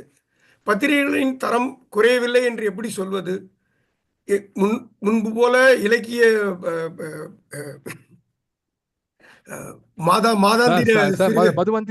மதுவந்தி ப்ளீஸ். சாட்சிகள் இன்னொரு வக்கீல் அல்ல. சாட்சிகள் என்பது சான்றுகள், அவ்வளவுதான். அவர் சொன்ன விஷயத்தினுடைய சான்றுகளை நீங்கள் ஏதாவது சொல்ல வேண்டும். பத்திரிகைகளுக்கு என்று ஒரு தரம் இருக்க வேண்டும். இப்பொழுது ஒரு குற்றம் நிகழ்கிறது, ஒரு பெண் சம்பந்தப்பட்டு குற்றம் நிகழ்கிறது என்றால் அந்த பெண்ணை சம்பந்தப்பட்ட பெயரோ எதுவுமோ பிரசுரிக்க கூடாது என்ற ஒரு தர்மம் இருந்தது. இப்பொழுது பத்திரிகைகள் அதையெல்லாம் மீறி அந்த பெண்ணின் பெயரை பிரசுரித்து அந்த பெண்ணுக்கு தீங்கு விளையுமாறு செய்கிறார்கள். இதெல்லாம் தரம் குறைவான ஒரு விஷயமா இல்லையா என்று நான் முன்வைக்கிறேன். அது ரொம்ப அருமையான பாயிண்ட். அதை நீதிமன்றம் ஏற்றுக்கொள்கிறது. ரொம்ப கொடுமையான விஷயம் அது. அதாவது வந்து பத்திரிகை தர்மம் என்று சொல்வதை மீறுகிறார்கள் என்று சாட்சி வலுவாக சொல்றார். ஏதாவது எதிர்கேள்வி உண்டா தென்காசி? அதாவது எப்பயுமே உள்ளதுதான். எங்க அர்ஜுனன் தர்மபுத்திரர் இருக்காளோ அவங்க துரியோதனன் இதுக்குதான் செய்வாங்க. இதே பத்திரிகையில எப்படி எழுதினாங்களோ அதை எதிர்த்து ஏன் எழுதுகிறார்கள் என்று ஒரு பத்திரிகைக்கு 10 பத்திரிகைகள் கூக்குரல் இட்டிருக்கிறாங்க. அதனாலதான் இந்த விஷயம் இவ்வளவு பெருசாச்சு. ஆளுநர் வரைக்கும் போய் இவ்வளவு பெருசானது காரணம் என்னன்னு கேட்டீங்கன்னா, இந்த பத்திரிகைகள் மட்டுமல்ல, யூடியூபர்ஸ் மட்டுமல்ல, அத்தனை பேரும் அந்த பத்திரிகையும் அது சார்ந்த ஏன் அரசு மௌனமா இருக்கிறது என்று கிழிகைன்னு கேட்டார்கள். ஆகவே நீங்க ஒரே ஒரு பத்திரிகையை மட்டும் ஆதரவாக பேசுறீங்க. ஒரு நிமிஷம் சொல்லுங்க ராஜாமணி. அது இல்ல, ஒரு நிமிஷம் ராஜாமணி. இல்ல, அவர் பொதுவாக மொத்தமாகவே சொல்லிவிட்டார். அது ஒரு உதாரணத்தை எடுத்து சமீபத்தில் இதுதான் இன்றைய போக்கு. சமீபத்தில் நடந்த விஷயத்தை பரபரப்பாக பேசுவது. இது 3 வருடமோ 4 வருடமோ தொடர்ந்து இது போன்ற செயல்கள் இப்படித்தான் நடந்து கொண்டிருக்கிறது என்பதை தான் நாங்கள் சொல்கிறோம். உடனே சமீபத்தில் நடந்த பரபரப்பா சொல்வது அதுவும் ஒரு பரபரப்பு. ஒரு நிமிஷம் தென்காசி கணேசன். இப்ப வந்து சாட்சி சொன்னதுக்கு வந்து அதை நீங்கள் எதிர்கேள்வி சாட்சிட்டு தான் கேட்கணும். சாட்சி தான் பதில் சொல்லணும். ராஜாமணி இல்ல, சாட்சி சொல்லுங்க. அவர் என்ன கேட்கிறார்? பத்திரிகை சார் ஒரு நிமிஷம் தெளிவாக்குறேன். வழக்காடு மன்ற போக்கு முதல் முறையினால சில நேரம் நான் குறுக்கிட வேண்டியிருக்கிறது இல்ல, நீங்களே அதை புரிஞ்சிருப்போம். சாட்சி என்ன பண்ணணும்? இப்போ நீங்க என்ன கேட்டு இப்போ வந்து தென்காசின்னு உங்களை கேட்டிருக்காரு. அருமையான பதில். இது எதிர்வாதம். குற்றத்தை வெளிச்சம் போடுறாங்க சார். இந்த குற்றம் நடந்திருக்கிறது, பத்திரிகை குற்றம் செய்யுது என்பதையே பத்திரிகை தானே உங்களுக்கு வெளிச்சம் போட்டு காட்டுகிறது என்று தென்காசி கணேசன் கேட்டிருக்காரு. அதுக்கு என்ன பதில் உங்களுக்கு சாட்சி? அது முதல்ல குற்றத்தை செஞ்சுட்டு அதை மற்றவங்களாம் வெளிச்சம் போட்டு கட்டிட்டா அந்த பாதிக்கப்பட்ட நபர்கள் என்ன செய்வார்கள்? இது ஒரு இன்னொரு விஷயமும் இருக்கு. இதே மாதிரி ஒரு ஜாதி சம்பந்தப்பட்ட நடக்கிறப்போ முன்னாடி வந்து எந்த ஜாதியோட பெயரும் வராது. இந்த ஜாதி பெயரை சொல்லி அந்த ஜாதி கலவரத்தை இன்னும் பெரிதாக்குகிறார்கள். அந்த மாதிரி பத்திரிகைகள் இன்று மிக தரம் குறைந்த விஷயம் நடக்கிறது. இது இன்னொரு சுட்டி கொட்டினால் அந்த குற்றம் மறைய போவதில்லை, அது அதிகமாகிறது. குற்றம் செய்துவிட்டு அதை மறைப்பதற்கு என்ன வேண்டி இருக்கிறது என்று புரியவில்லை. நீதிபதி அனுமதியோடு நான் வந்து மதுவந்திட்ட ஒரே ஒரு கேள்விதான் கேட்கிறேன். நான் நீதிபதி சொன்ன மாதிரி அந்த குற்றம் நடந்து விட்டது, அதை ஒரு பத்திரிகை போட்டு விட்டது. ஆனால் 10% அந்த குற்றத்தை பத்தி ஒருத்தர் போட்டிருக்கும் போது அது ஒரு விழுக்காடுன்னு வச்சு கொண்டா கூட பாக்கி 90 விழுக்காடுக்கு மேல இது பண்ணினது தவறு என்று துடிக்க கண்டுதான் இன்றைக்கு நமக்கு தெரிஞ்சு. இது பாரதியார் காலத்திலிருந்து இருக்கு. ஆங்கில அரசு மதமாற்றம் செய்கிறது என்று பாரதியார் எழுதும் போதுதான் வெளியில தெரிஞ்சது. கப்பலில் இருந்து பாதிரி வரும்போது மதமாற்றம் நடக்கிறதோ பயமாக இருக்கு. Tenkasi Ganesan, no more oration. அவர் சொன்ன பாயிண்ட நாங்க நோட் பண்றோம். நான் சொல்றேன், நீதிபதி சொன்னதான் சொல்றேன். அடுத்த சாட்சிக்கு போறோம். இப்ப எதிர் சாட்சிக்கு நேரம் இல்ல சார். இப்ப சாரி, எதிர் சாட்சிக்கு போறோம். இப்ப யாரு நம்ம உங்களுடைய சாட்சியை கூப்பிடுங்க சார். தென்காசி சாட்சி கணேசன். வந்து டாக்டர் பாஸ்கர். டாக்டர் பாஸ்கர். ஆ.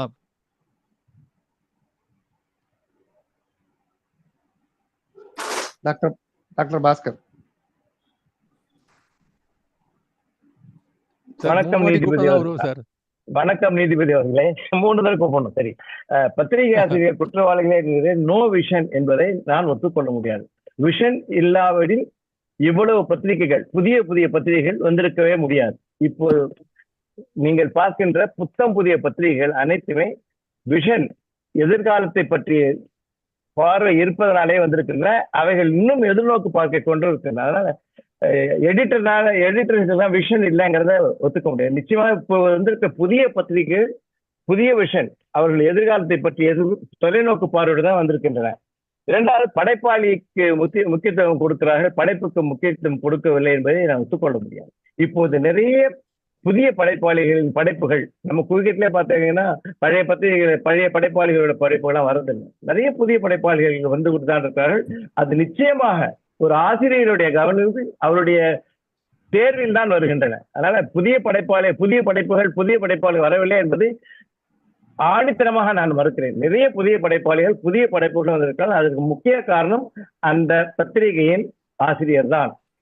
மூன்றாவதாக அப்டேட். அவர் ஏன் அப்டேட் செய்து கொள்வது? இப்போ இருக்கின்ற பத்திரிகை எழுத்தாணில எழுதினவங்க இன்னைக்கு இன்டர்நெட்ல பாக்குறாங்க. இது என்ன இப்ப இன்று நாளைக்கு இருந்து எப்படி போகும்னு தெரியாது. ஆடியோ வந்திருக்காங்க, ஆடியோ புத்தகங்கள் வந்திருக்காங்க. இதுக்கெல்லாம் ஒரு காரணம் ஒரு ஆசிரியர், அவருடைய முறைப்பெல்லாம் வருகிறது. பாஸ்கர், உங்களோட நேரம் சார். இப்போ ராஜாமணி அவர் எதிர் கேள்வி கேட்கணும், கேட்கலாம். நீங்க கிராஸ் எக்ஸாமினேஷன் கேட்கிறேன். புதிய படைப்பாளிகள் வந்து இருக்கிறார்கள், புதிய படைப்புகள் வந்து இருக்கிறதா? படைப்புகள்னா உள்ளடக்கத்தின் புதிய சூழல், புதிய வாழ்க்கை சூழலை பற்றிய படைப்புகள் நிச்சயமாக வந்திருக்கின்றன, வந்து கொண்டேதான் இருக்கின்றன. சரி, அதை நான் ஏற்றுக்கொள்ள.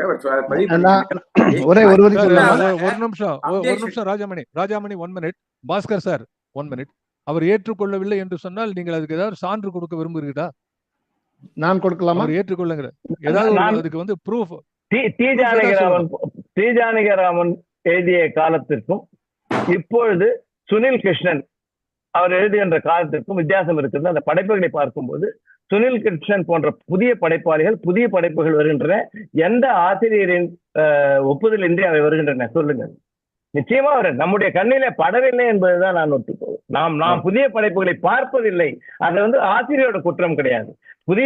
புதிய மாதிரி படைப்புகளை கொடுக்காது ஆசிரியரோட குற்றம் கிடையாது, படைப்பாளியோட குற்றமாக இருக்கலாம். நம்முடைய பார்வையிலே புதிய படைப்புகள் படவில்லை என்பதுதான் என்னுடைய வாதம்.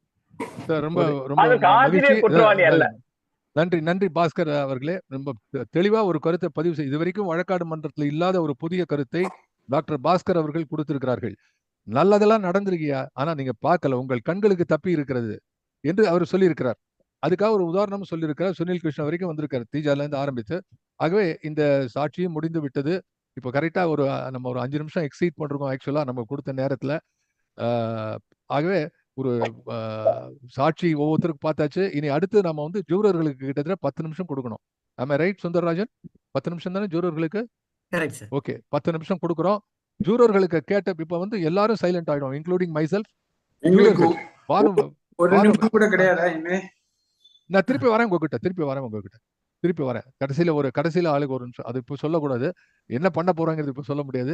இப்போ எல்லாரும் சைலண்ட் ஆயிடும். மேடம் பானுமதி, நீங்க யூ டேக் சார்ஜ்.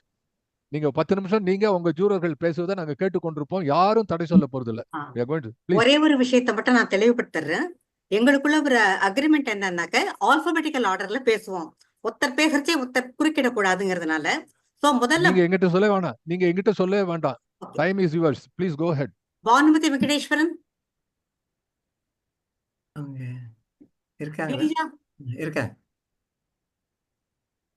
கிரிஜா நீங்க பேசலாம். பானுமதி வெங்கடேஸ்வரன். இப்போ வந்து அது நான் கேட்ட வரைக்கும் ராஜாமணி சாரோட ஆர்குமெண்ட்ஸ் எல்லாம் வந்து ரொம்ப ஸ்ட்ராங்கா இருந்தது. அதாவது அவருடைய குற்றச்சாட்டு, அதாவது பும்ரா மாதிரி சும்மா பந்து பிளாஸ்டினர், கணேசன் வந்து ரொம்ப ரன் அடிக்க முடியல, தடுத்து தான் விளையாட வேண்டி இருந்தது அவருக்கு.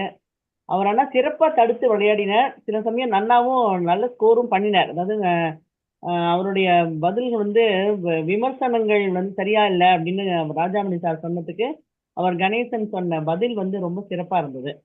அதே மாதிரி சாட்சி 2 வந்து புதிய படைப்புகளை நாம் பார்ப்பதில்லை அப்படின்னு அவர் பாஸ்கர் சொன்னது வந்து ரொம்ப ஒரு வேலிட் பாயிண்டா எனக்கு தோணுது.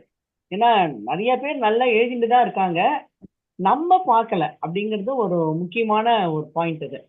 அதனால இது ஓரளவு, அதாவது இதுல வந்து என்ன ஆயிடுச்சுன்னா, இந்த தலைப்பே வந்து கொஞ்சம் அவர் ராஜாமணி சாருக்கு கொஞ்சம் ஃபேவரபிளா, அதாவது ஃபேவரபிள் நான் சொல்ல மாட்டேன், அவர் இப்ப ஜென்ரலா ஒரு ஒப்பீனியன் அப்படி இருக்கும் இல்லையா, நமக்கு தரம் குறைந்து விட்டது அப்படின்னு சொல்றது ஒரு பழக்கம். அதனால அவருக்கு வந்து கொஞ்சம் ஸ்ட்ராங்கா அவருடைய பாயிண்ட்ஸ் வைக்க முடிஞ்சது. கணேசன் சாரும் அதுக்கு நல்ல பதில் சொன்னார். அது அது ரொம்ப சிறப்பா இருந்தது கேட்கறதுக்கு. இந்த 2 பாயிண்ட் எனக்கு. கிரிஜா மேம், இதுல வந்து ஒரே ஒரு பாயிண்ட் கணேசன் சார் சொன்ன ஒரு பாயிண்ட்ல, அதாவது நிறைய மேகசின்ஸ் வந்திருக்கு, இன்க்ளூடிங் வெப் மேகசின்ஸ் எல்லாம் வந்திருக்கு அப்படின்னு சொன்னது வந்து அவர் கட்சி அவரே கொஞ்சம் பலவீனப்படுத்திட்ட மாதிரி எனக்கு தோணிச்சு. நிறைய மேகசின்ஸ் வந்ததுனால அது தரம் குறையணும்னு அவசியம் இல்லையே. அதனால அந்த ஒரு பாயிண்ட் தான் எனக்கு வந்து அவர் சொன்னதுல கொஞ்சம் இதா இருந்தது. மற்றபடி 2 பேருமே திறமையா தான் அவருடைய வாதங்களை வச்சிருப்பார். நன்றி. வேற எதுவும் சொல்றோமா? இல்ல, ராஜாமணி அவர்கள் ரொம்ப கடுமையான குற்றச்சாட்டை முன்வைத்திருக்கிறார். தொலைநோக்கு பார்வை இல்லைன்றது நான் வந்து அதை வன்மையா கண்டிக்கிறேன். தொலைநோக்கு பார்வை இல்லாமலாம் இத்தனை பத்திரிகைகள் இன்றும் நடந்து கொண்டிருக்கிறது, எல்லோரும் படிக்கிறார்கள். அண்ட் டிஃப்ரெண்ட் ஆங்கிள் என்ன சொல்றது, எல்லாரும் நிறைய எழுதுறாங்க, விதவிதமா எழுதுறாங்க, புதுசா விஷயங்களையும் எழுதுறாங்க. அதனால அப்டேட்டிங்கும் இருக்கு, தொலைநோக்கு பார்வையும் இருக்கு, அப்டேட்டிங்கும் இருக்கு. அது ராஜாமணி சொன்னதை நான் வந்து அதை நான் அக்செப்ட் பண்ணிக்கல. அந்த தென்காசி கணேசன் சொன்ன பாயிண்ட் படி பார்த்தா அந்த காலத்துல இருந்து இந்த காலம் வரைக்கும் நிறைய மேகசின் சஸ்டெயின் ஆயிட்டு வந்துட்டு இருக்கு. கன்சிஸ்டண்டா நல்லா எழுதுறவங்க எழுதிக்கிட்டு தான் இருக்காங்க, அதை படிக்கிறவங்களும் படிச்சுட்டு தான் இருக்காங்க. இன்னும் நிறைய வாசகர்கள் வந்து வட்டம் விரிந்து கொண்டே வருகிறதே தவிர குறையவில்லை. அப்புறம் எப்படி பத்திரிகை தரம், அந்த ஆங்கிள் பார்க்கும்போது பத்திரிகை தரம் வந்து குறையவே இல்லைன்னா என்னுடைய என்ன சொல்றது நிலைப்பாடு. அண்ட் ஓவரால் பத்திரிகைகள் வந்து தரம் வந்து வணிக நோக்கு இல்லாம நடத்த முடியாது. வணிக நோக்கு ரொம்ப முக்கியம்தான். ஒரு காலத்துல வந்து பத்திரிகை ஆசிரியர்கள் ரொம்ப கஷ்டப்பட்டாங்க. இன்னைக்கு அவர் சொன்ன மாதிரி கார்ல போறாங்க, ஏசி ரூம்ல இருக்காங்க. ஏன்னா வணிகம் நோக்கு இருக்கிறதுனாலதான் நிறைய சர்க்குலேஷனும் வருது, நிறைய மக்களும் படிக்கிறாங்க. அதனால அதுவும் நம்ம வந்து வணிக நோக்கும் தேவைதான். தரம் குறைந்ததுன்றது ஒரு எக்ஸப்ஷன்ஸா இருக்கலாம், ஒரு 10% இந்த மாதிரி. அவர் அந்த காலத்துல 90% தரம் இருந்தது, 10% இல்லைன்னா இப்ப 60-40 அவரே தென்காசி கணேசனே சொல்லியிருக்காரு. அதை கால சூழ்நிலைக்கு ஏற்கபடி அது தவிர்க்க முடியாத ஒன்றாகத்தான் நான் கருதுறேனே தவிர நம்ம ஓவராலா தரம் வந்து குறைந்ததா ஒத்துக்கொள்ள முடியாது. நன்றி, வணக்கம். Ma'am Revathi Ramachandran ma'am,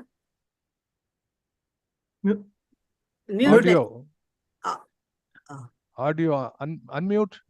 Revathi, unmute yourself. வணக்கம், ரேவதி ராமச்சந்திரன்.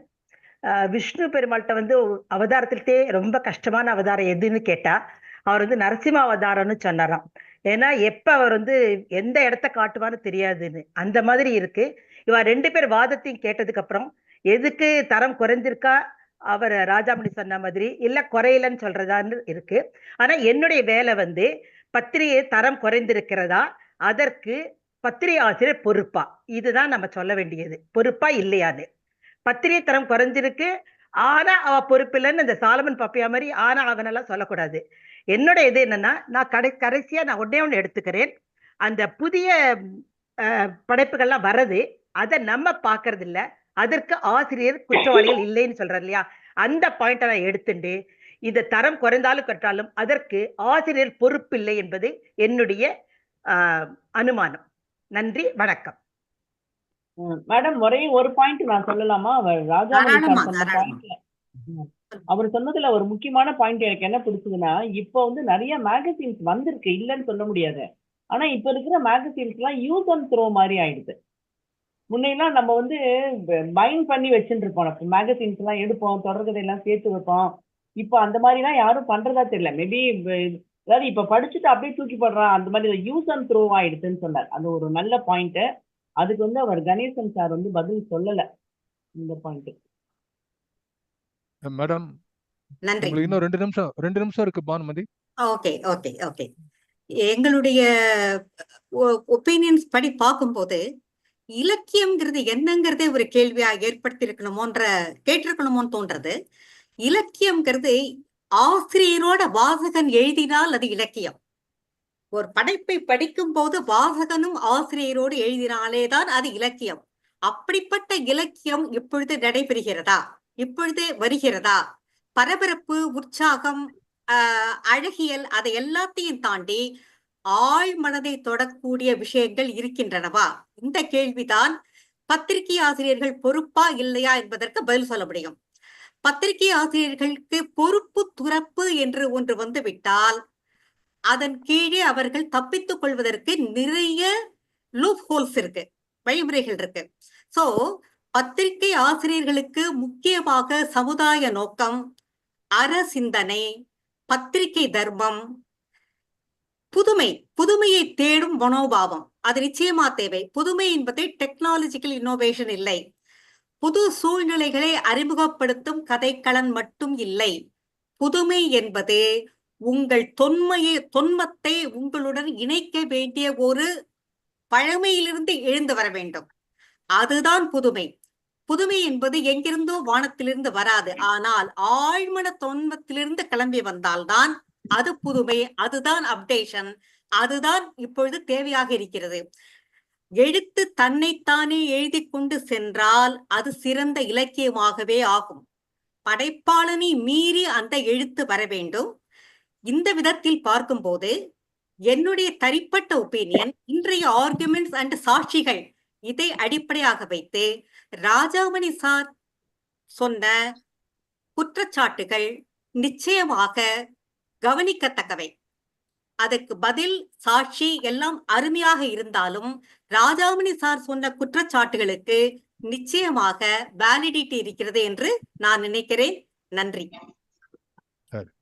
தேங்க்யூ. ஜூரர்களை கேட்டு முடித்து விட்டோம். சார் எக்கோ வருது, யாராவது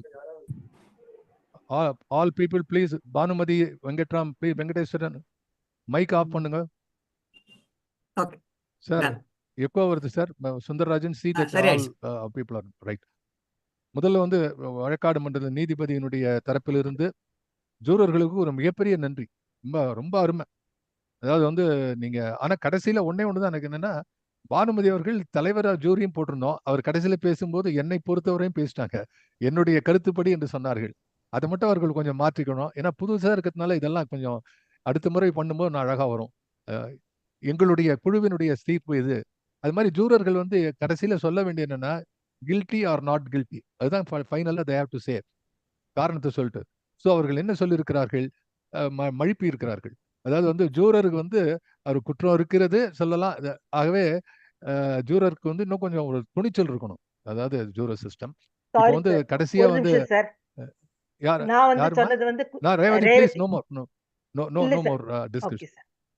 நோ மோர் டிஸ்கஷன், நமக்கு நேரம் இல்ல.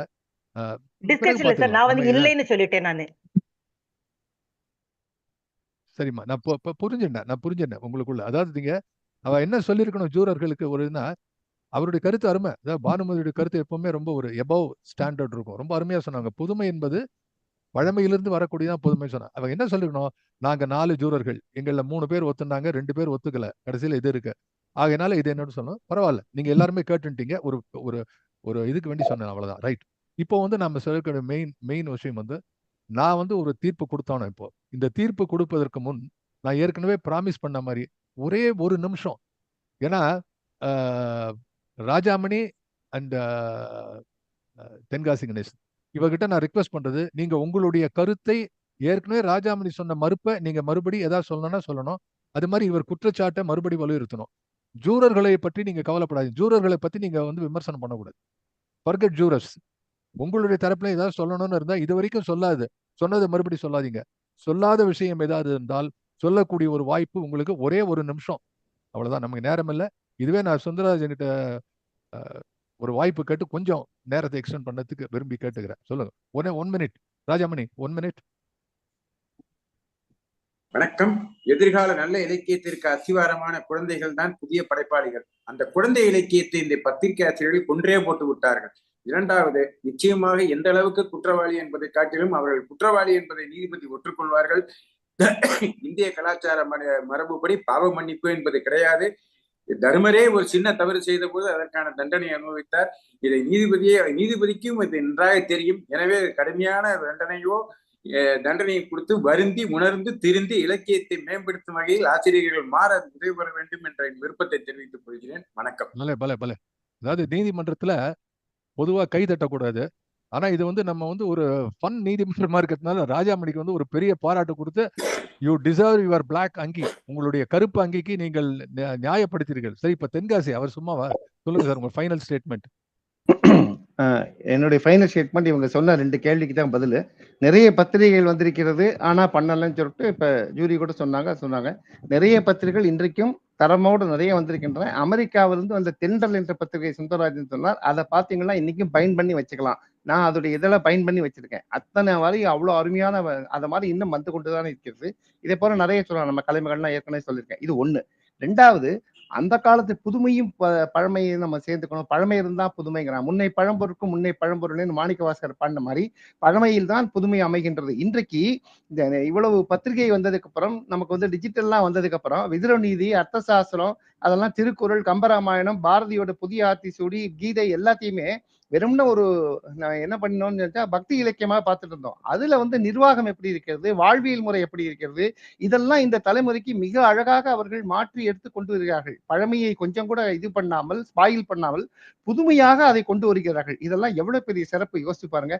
ஆக பழையதை வைத்து புதியதை பண்ணும்போது இதற்கெல்லாம் அந்த பத்திரிகை ஆசிரியர் துணை நிற்கிறார்கள். எப்படி எல்லாம் வருகின்றது பாருங்கள். விதுர நீதியில் நிர்வாகம்ங்கிற போது எல்என்டி மேனேஜ்மெண்ட்டை எடுத்துக்கிறாங்க. திருக்குறளில் நிர்வாகம், இதெல்லாம் 60 50கள் இருந்ததா? ஆகவே பழமையை வைத்து புதுமையில் நிறைய பத்திரிகைகள் வருகின்றன, நிறைய வந்து கொண்டிருக்கின்றன. ஆகவே ஆசிரியர்கள் இதற்கும் அனுமதிக்கத்தான் செய்கிறார்கள். எனவே இந்த தேவையில்லாத வழக்கை தள்ளுபடி செய்ய வேண்டும் என்று நான் நீதிபதியை கேட்டுக்கொள்கிறேன். நன்றி. தென்காசி கணேசன் நம்ம அருமையா ஃபைனலா போகும்போது ஒரு 6 அடிச்சிட்டார். அவர் என்ன சொன்னார், புதிய விஷயங்கள்ல இந்த மேகசின்லாம் வருது சார். உண்மை. சுய முன்னேற்றம் பத்தி எத்தனை பேர் எழுதிருக்காங்க சார்? சுய முன்னேற்றம் பற்றியோ அல்லது சொல்லக்கூடிய மேனேஜ்மெண்ட் சைடோ, திருக்குறளை பத்தி நிறைய இருக்க, திருக்குறள் மேனேஜ்மெண்ட் எப்படி வரும் என்று எதிர்த்தரப்புல அவரும் பிரமாதமா வாதாடி முடித்திருக்கிறார். அதாவது 2 பேருக்கும் குவிகம் சார்பில் நம்ம வழக்காடு மன்றத்துக்குள்ள வெளியில நின்று இங்க சேர்ந்திருக்கக்கூடிய அத்தனை பேரும் பெரிய பாராட்டுகளை நாம் தெரிவித்துக் கொள்கிறோம்.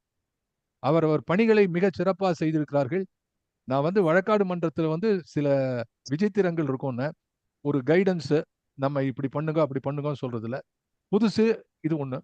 இப்போ எல்லாம் பேசி முடிச்சாச்சு. ஒரு புதிய விசித்திரமாக வினோதமாக இன்றைய தினம் பத்திரிகை ஆசிரியர்களை குற்றம் என்று சொல்லும்போது, குற்றவாளி சொல்லும்போது நம்ம கிட்ட இங்க மாட்டிருக்கிறவர் குவிகம் சுந்தரராஜன் அவர்கள். அவர் உட்காந்துருக்கார். குற்றவாளி அல்ல, குற்றம் சாட்டப்பட்டிருப்பவர். Please understand that. குற்றம் சாட்டப்பட்ட ஒருவர். அவருக்கும் ஒரு வாய்ப்பு இந்த வழக்காடு மன்றம் கொடுக்க வேண்டும் என்று நீதிமன்றம் நினைக்கிறது. ஆகவே அவர்கள் ஒரு 2 நிமிடம் அவருடைய தரப்பு, அவர் வக்கீல் வச்சு வாதாட்டிருக்கார், நோ டவுட் அபவுட் இட். அவரே சொன்னா அது இன்னும் அது நீதிமன்றம் ஒரு தீர்ப்புக்கு முடிவுக்கு வர எனக்கு இன்னும் கொஞ்சம் நேரம் தேவைப்படுகிறது. அவருடைய இன்புட்டும் வேணும்னு நான் நினைக்கிறேன். குற்றவாளி அல்ல, குற்றம் சாட்டப்பட்டிருக்கக்கூடிய குவிகம் சுந்தரராஜன் அவர்களுடைய நேரம் இது 2 நிமிடம். மதிப்பிற்குரிய நீதிபதி அவர்களே வணக்கம். இந்த வழக்காடு மன்றம் எத்தனையோ விசித்திரமான வழக்குகளை சந்தித்திருக்கிறது. ஆனால் இது மிகவும் வித்தியாசமான ஒரு வழக்கு என்று தான் சொல்ல வேண்டும். பத்திரிகை ஆசிரியர் மீது குற்றம் சுமத்தப்பட்டிருக்கிறது. அதாவது நாங்கள் இலக்கியம் குறைவதற்கு காரணம் என்று நீங்கள் நினைப்பீர்கள், நான் இவற்றையெல்லாம் மறுக்கப் போகின்றேன் என்று. அதை செய்ய என் மதிப்புக்குரிய வழக்கறிஞர் இருக்கிறார், அறிவுமிக்க ஜூரிகள் இருந்தார்கள். சற்று யோசித்து பார்த்தால் என் மீது குற்றம் சுமத்தியவரும் ஒப்புக்கொள்வார் இது குற்றமே இல்லை என்று. எல்லாவற்றிற்கும் மேலாக நீதி தேவதையின் பிரதிநிதி நீதிபதி நீங்கள் இருக்கின்றீர்கள். உண்மையை சரியாக புரிந்த மக்கள் இருக்கின்றார்கள். எனக்கு சாதகமான தீர்ப்பு தான் வரும் என்பதில் எனக்கு முழு நம்பிக்கை இருக்கிறது. என்னுடைய 2 வேண்டுகோளை மற்றும் கணம் கோட்டார் அவர்களிடம் முன்னிலையில் வைக்க ஆசைப்படுகின்றேன். ஒன்று, இலக்கியம் என்பது என்ன என்பதை பற்றி ஒரு வார்த்தை. இலக்கியம் என்பது கடலைப் போல, வானத்தைப் போல, மலையைப் போல, நதியைப் போல, காட்டைப் போல, காற்றைப் போல, நிலவைப் போல, சூரியனைப் போல, மழையைப் போல, விண்மீன்கள் போல நீளமாக, ஆழமாக, அகலமாக, உயரமாக, அடர்ந்து தொடர்ந்து ஓடி பிரகாசித்து குளிரூட்டி என்றைக்கும் நிலைத்து இருக்கக்கூடிய பொருள் இலக்கியம். அதுதான் அந்த இலக்கியத்தின் தரத்தை யாராலையும் எப்பொழுதும் குறைத்து விட முடியாது. கோட்டா மன்னிக்க வேண்டும், எந்த கொம்பனாலையும் அதை குறைத்து விட முடியாது. அப்படி இருக்க பத்திரிகை ஆசிரியர்கள் நாங்கள் அதை குறைப்போம் என்று நீங்கள் எப்படி எதிர்பார்க்கலாம்? படைப்பாளிகள் விதையிடுகிறார்கள், பத்திரிகை ஆசிரியர்கள் நீர் வார்க்கிறார்கள். அதுதான் பிரபஞ்சத்தின் ரகசியம். அதனால் தரம் குறைந்து விட்டது என்ற எங்கள் குறை கூறுவது தவறு என்பதை மிகவும் பணிவன்புடன் நீதிபதி அவர்களுக்கு தெரிவித்துக் கொள்கின்றேன். இரண்டாவது, பெருமதிப்புக்குரிய நமது நீதிபதி அவர்கள் சிறந்த பத்திரிகை ஆசிரியர்களை பற்றி சொன்னார்கள். அவர்களை பற்றி ஒரு வேகமான ஒரு குறிப்பு சொல்லுகின்றேன். இந்தியா பத்திரிகை ஆசிரியர் பாரதி, யங் இந்தியாவின் பத்திரிகை ஆசிரியர் மகாத்மா காந்தி, ராஜாஜி, தீபம் பார்த்தசாரதி, அமுதசுரபி விக்ரமன், திருப்பூர் கிருஷ்ணன், கலைமகள் கீவாஜா கீழாம்பூர், ஆனந்தவிடன் தேவன் மணியன், கல்கி ரமணன், கணையாழி மாறா, குபுதம் எஸ்ஏபி சுஜாதா, மாலன் சஞ்சீவ்குமார், கல்கண்டு தமிழ்வாணன், குங்குமம் சாவி, நவ இந்தியா பிச்சமூர்த்தி, திராவிட நாடு அண்ணா, முரசொலி கலைஞர், ஜனசக்தி ஜீவா, தினத்தந்தி ஆதித்தனார், சுதேசமித்திர சுப்பிரமணிய ஐயர், நவ இந்தியா திருவிக்கா, தினமணி சிவராமன் சொக்கலிங்கம், மஞ்சரி தீஜாரா, துக்ளக் சோ, விடுதலை பெரியார், குயில் பாரதிதாசன், இலக்கியம் சுரதா, ஞானபோதிரி பரிதிமார் கலைஞர், ஞானசாகரம் மரமலேடிகள், ஜெகன்மோகினி வைமுகோ, சக்தி வை கோவிந்தன், சுபமங்களா கோமல், மணிக்கொடி ராமையா, லேடி ஸ்பெஷல் கிரிஜா ராகவன், விருட்சம் அழகிய சிங்கர், இப்படி இவர்களெல்லாம் கட்டிக்காத்த இலக்கிய தரத்தை குவியன் சுந்தரராஜன் போன்றவர்கள் குறைக்கவே முடியாது, குறைக்கவில்லை என்று இந்த இடத்தில் உங்களுக்கு நீதிபதி அவர்களுக்கு மன்றாடி கேட்டுக்கொள்கின்றேன். நிறைவாக, பத்திரிகை என்பது பாடம் படிப்பது பள்ளி போல. அதனால்தான் இரண்டிற்கும் ஆசிரியர் என்று சொல்லுகிறார்கள். பள்ளி ஆசிரியர், பத்திரிகை ஆசிரியர். ஒரு மாணவனின் ஒழுக்கக்கேட்டிற்கு நிச்சயமாக பள்ளி ஆசிரியர் துணை போக மாட்டார், இருந்ததே இல்லை. அதே போலதான் பத்திரிகை ஆசிரியரும் இலக்கியத்தின் தரத்தை குறைப்பதற்கு அவர் ஒரு காலமும் இருக்க மாட்டார். பள்ளி ஆசிரியர் போல பத்திரிகை ஆசிரியர் போற்றப்பட வேண்டியவர்.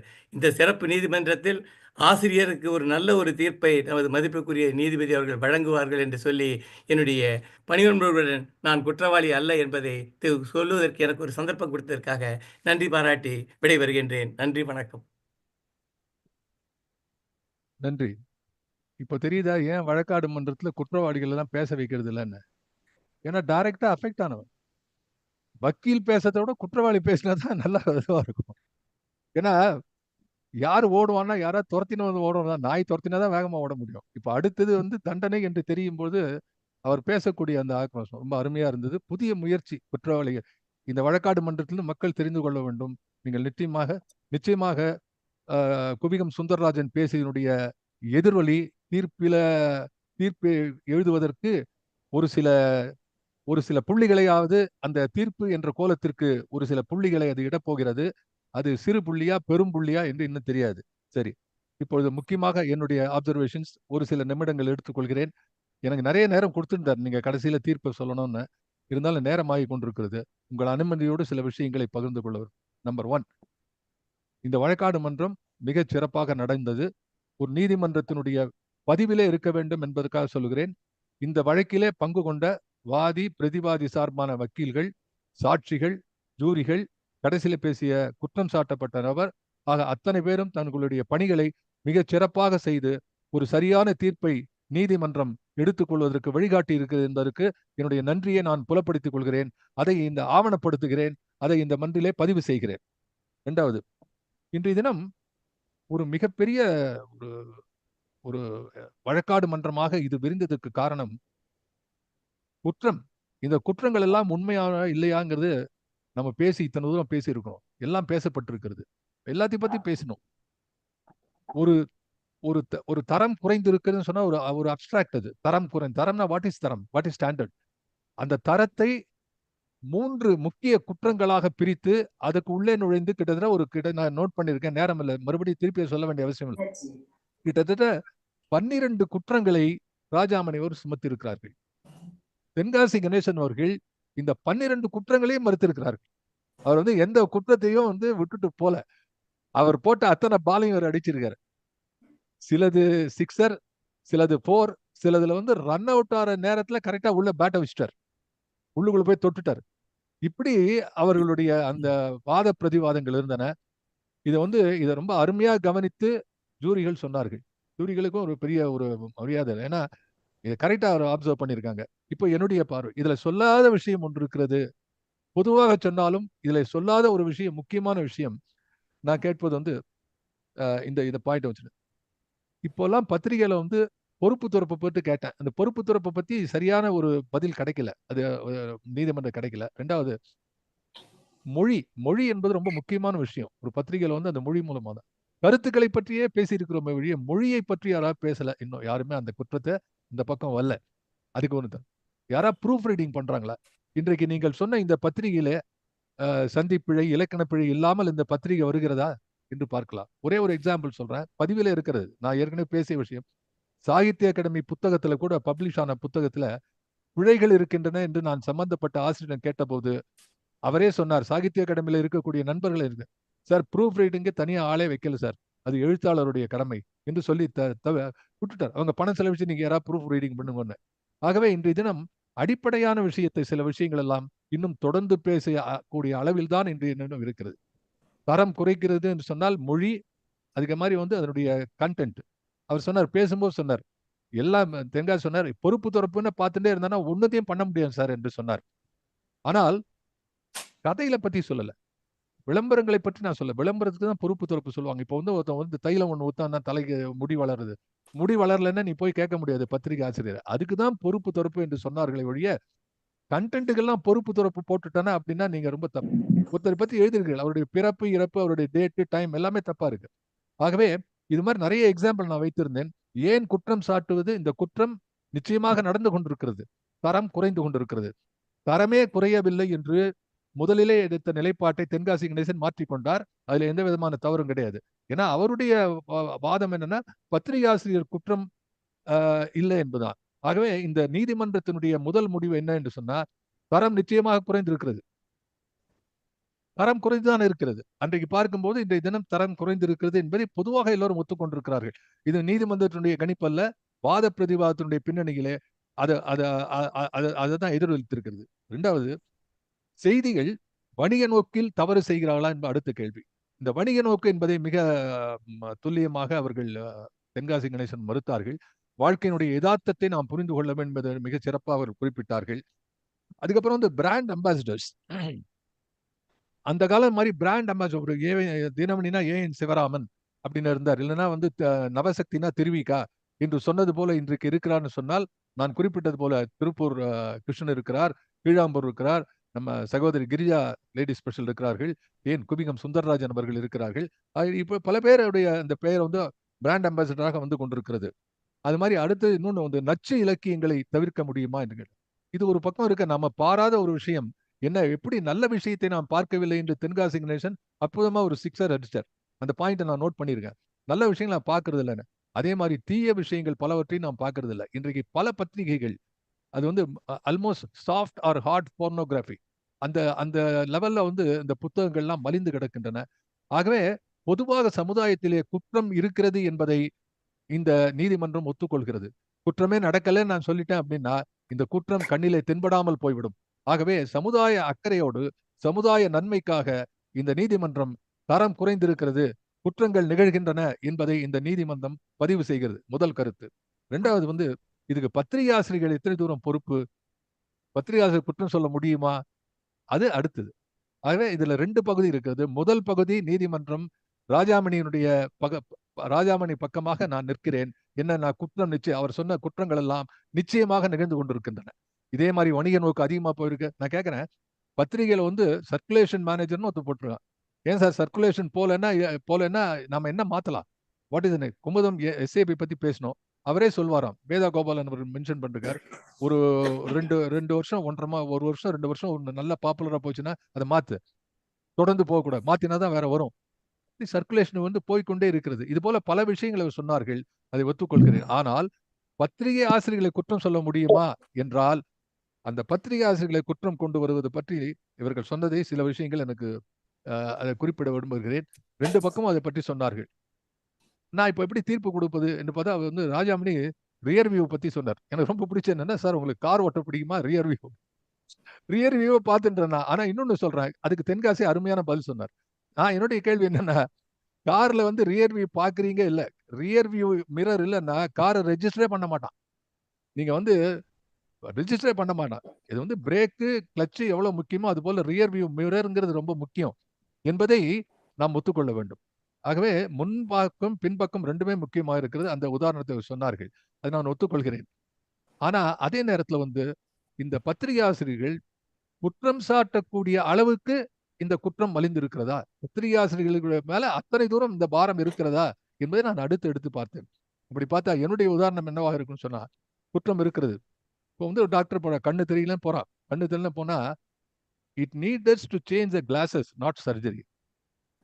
ஒரு பார்வை சரியில்லை என்று சொன்னால் இதை கண்ணாடி போட்டு சரி பண்ணலாம், ஆனா இதுக்கு சர்ஜரி தேவையில்லை. அதுபோல இந்த குற்றத்தை களைவதற்கு நாம் கண்ணாடி போட்டுக்கொள்ள வேண்டும். அதாவது இன்னும் உன்னிப்பாக கவனித்து இந்த குற்றங்களை எல்லாம் மாற்றிக்கொள்ள வேண்டும். தண்டனை கொடுக்கக்கூடிய அளவுக்கு இந்த குற்றம் இல்லை என்பதற்கான சான்று கடைசியில சுந்தரராஜன் பேசினது. நான் ஏன் சர்ஜரி வேண்டாம் என்று சொன்னா, சுந்தரராஜனை வந்து நான் குவிகம் சுந்தரராஜன் நினைக்கல, பத்திரிகை ஆசிரியருடைய ரெப்ரசன்டேட்டிவா அவர் பேசிய பேச்சு பத்திரிகை ஆசிரியருடைய தர்மம் எந்த அளவு உண்மையாக இருக்கிறது என்பது ஒரு ஒரு உதாரணமாக இருக்கிறது. ஆகவே அது ஒன்றை நான் கணக்கில் எடுத்துக்கொண்டேன். இரண்டாவது, பத்திரிகை ஆசிரியர்கள் மீது குற்றம் என்று விருப்பதை விட அது பொதுவாக வந்துருது பன்மை.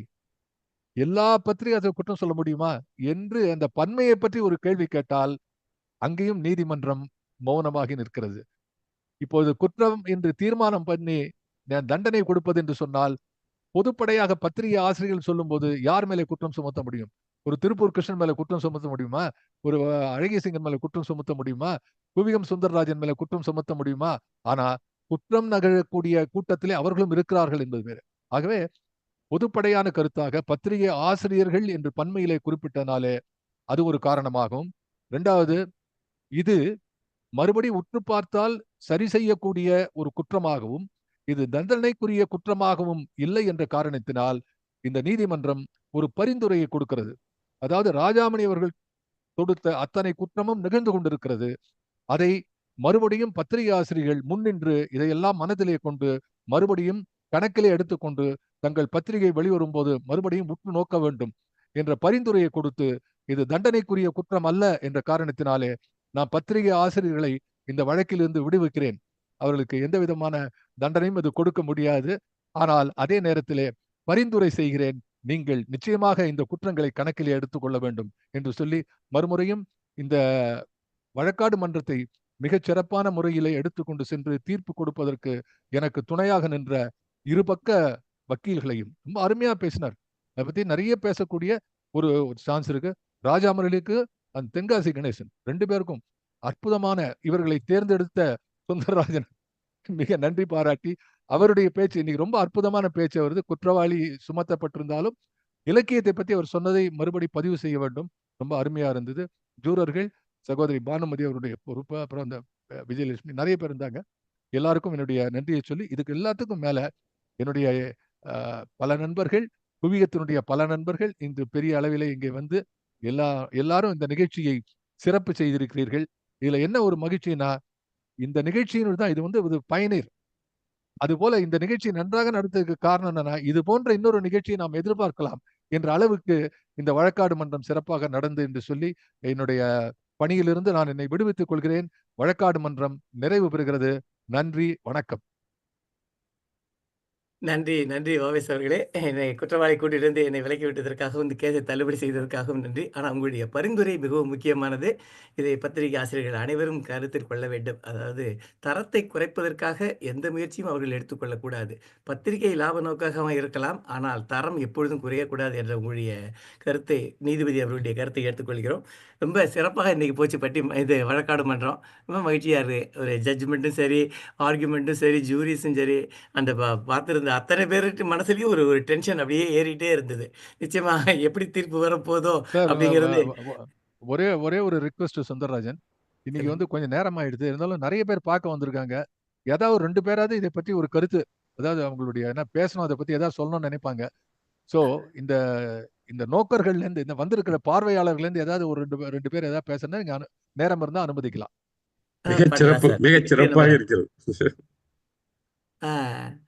நாகேந்திர பாரதி அவரு தான் சுருக்கமா சொல்லக்கூடியவர். நீங்க ஒரு ஒரு நிமிடத்துல சொல்லிடுங்களேன்.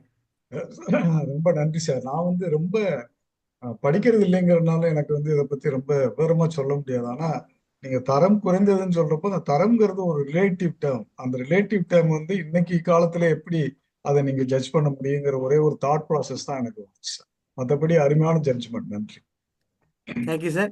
இப்ப பாவலர் மீனாட்சி சுந்தரம் வந்திருக்காரு சார். நீங்க ஒரு நிமிஷத்துல சொல்லுங்களேன். ஒரே ஒரு நிமிஷம் கருத்து. மிக மிக நன்றாக இருந்தது. ஒவ்வொரு பாயிண்ட்டையும் அவர் கரெக்டா எடுத்து நீதிபதி ரொம்ப சிறப்பாக சொன்னார். அதுலயும் இந்த ஜூரிகள் வந்து அதுல ஒரு ஜூரி சொன்னது ரொம்ப நல்லா இருந்தது. ராஜாமணி சார் சொல்றத வந்து அவ்வளவு தூரம் சரியா, என்ன எல்லாம் பொது நோக்கில தான் இருக்கு, பொதுவாக தான் இருக்கு. பொதுவாக இருக்கிறத வந்து நம்ம வந்து ஒரு குற்றமா எடுத்துக்க முடியாது. It should be specific. அதே சமயம் வந்து அவரு கிளீனா கவுண்டர் பண்ணாரு மிஸ்டர் தென்காசி கணேசன் ரொம்ப சிறப்பாக கவுண்டர் பண்ணாரு. அவருடைய இது வந்து நம்ம அது வந்து it should be specific. Simply said generally you should not scold anybody or put some accusation at anybody. So you have to be specific. So இந்த இது ஜெனரல். இப்போ இலக்கியம் இடத்துல இலக்கியம் வந்து இட் மஸ்ட் பி ஒரு லாங்குவேஜோடைய சிறப்பை தான் கொடுக்கணும். ஒரு தமிழ் லாங்குவேஜ், தமிழுடைய மொழியை வந்து சிறப்பாக இருக்கிறதுக்கு தானே காரணம் இருக்கணும். அதுதான் தரம் குறையிறதுக்கு. பட் அது வந்து ஓரளவுக்கு நல்லா தான் வந்துட்டு இருக்கு. சில இலக்கியம் நல்லா பண்றதுக்கு இந்த மாதிரி சில இலக்கியங்கள் இருக்கு. அதனால ஸ்பெசிஃபிக்கா எதுவுமே கிடையாது. It's generalised terms. You cannot say just like that, you cannot give a verdict on that. So we have to be specific on anything, any point. Thank you very much. Thank you sir. Thank you sir. Indraneelan Suresh, நீங்க ஒரு வார்த்தை. முதல்ல இந்த வாய்ப்புக்கு ரொம்ப நன்றி. ஒரு அருமையான நிகழ்ச்சி.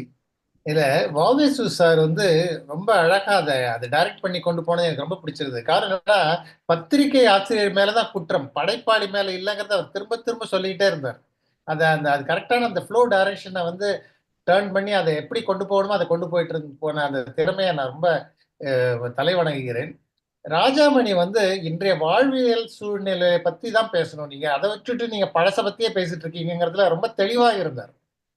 அதே மாதிரி தென்காசி கணேசன் சொல்லும் பொழுது, ஒரு பத்திரிகை தப்பா போட்டாக்க பல பத்திரிகைகள் வந்து அதை எதிர்க்கிறீங்களே, அதை நீங்க எப்படி கவனிக்காம விடலாம் அப்படிங்கறத வந்து அந்த பாயிண்ட் வந்து அற்புதமா எடுத்து சொன்னார்.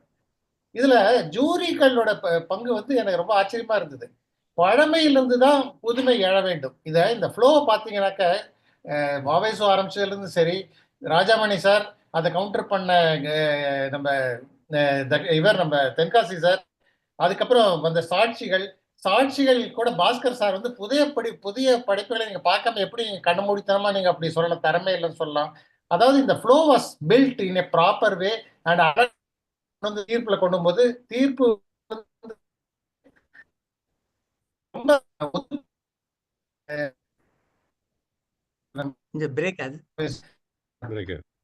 பிரேக் சார் உங்க வாய்ஸ். ஐ திங்க் இன்டர்நெட் வீக்கா இருக்குன்னு நினைக்கிறேன். இந்த மாதிரியான கிடைக்கலையா? ஹலோ, கொஞ்சம் பிரேக் ஆகுது சார். சொல்லுங்க. பிரேக் ஆச்சுன்னு எனக்கு எந்த இடத்துல எனக்கு பிரேக் ஆச்சுன்னு தெரியல. ஆக்சுவலா இந்த தீர்ப்பு எனக்கு வந்து ரொம்ப ஒத்துக்கொள்ளும்படியா இருந்தது. அது வந்து ஒரு என்ன செய்யணும், என்ன இப்ப இருக்கிற நிலைமை என்ன, அடுத்து என்ன செய்யணும் அப்படிங்கறதுல தெளிவாக கொடுத்திருந்தார் வாவேசு. நிச்சயம் அருமையான நிகழ்ச்சி. இது போன்ற தலைப்புல எடுத்து டிபேட் பண்றதுக்கு இப்ப இதுவே இல்லை, ஒரு ஃபோரமே இல்லை. இந்த ஃபோரம் வந்து அதை எடுத்து செய்யணும் அப்படிங்கறத நான் கேட்டுக்கொள்கிறேன். வாய்ப்புக்கு ரொம்ப நன்றி.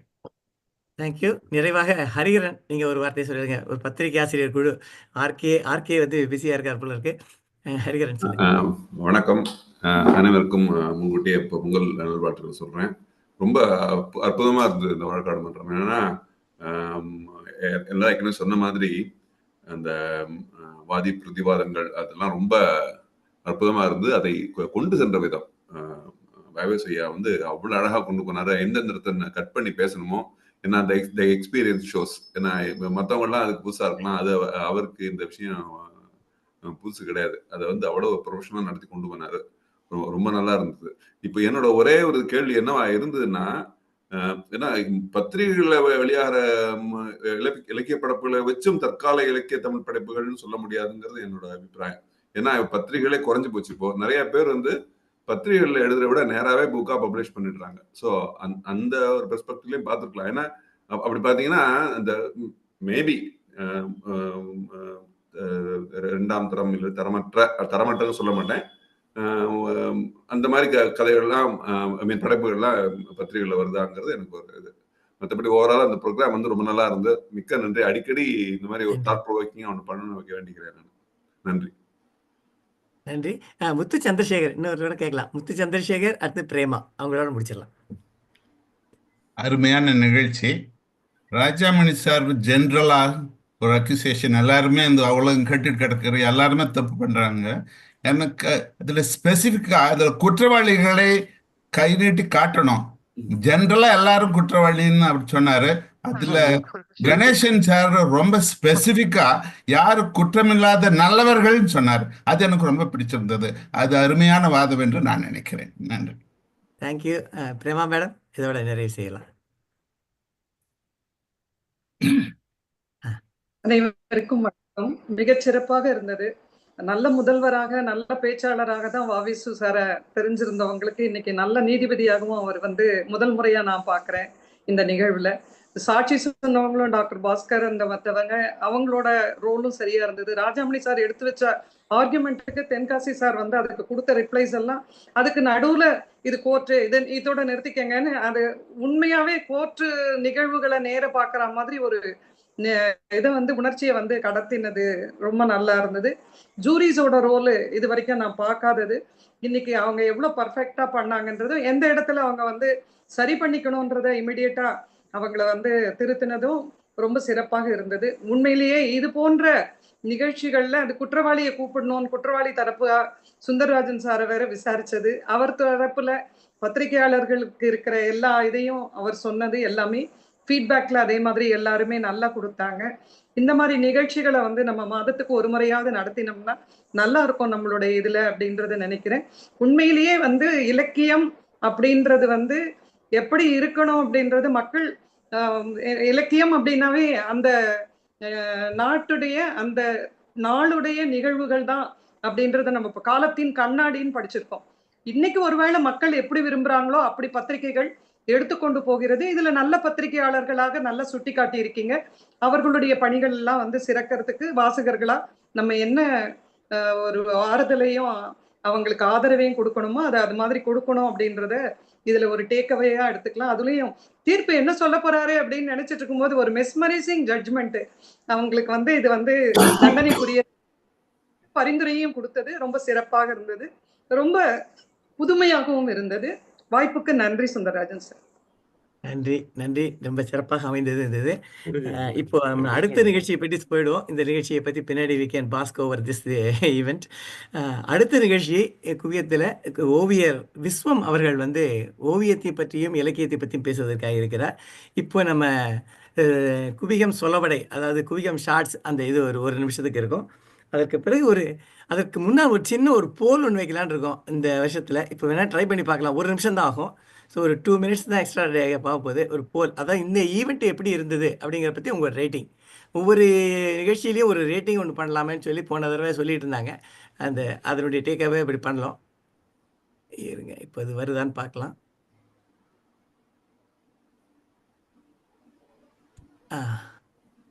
வந்ததுன்னா எல்லாரும் வந்துருதா இப்போ உங்களுக்கு?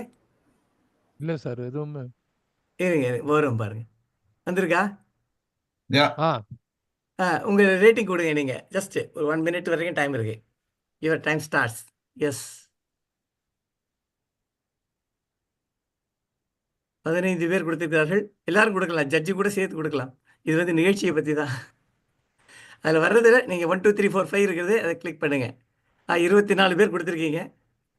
100% எல்லாரும் கிட்டத்தட்ட வந்தாச்சு. நன்றி. இப்போ அதனுடைய ரிசல்ட்டை நான் சொல்கிறேன். நான் போல் எண்ட் பண்ணிடுறோம். இப்போ ரிசல்ட்டு உங்களை ஷேர் பண்ணுறேன்.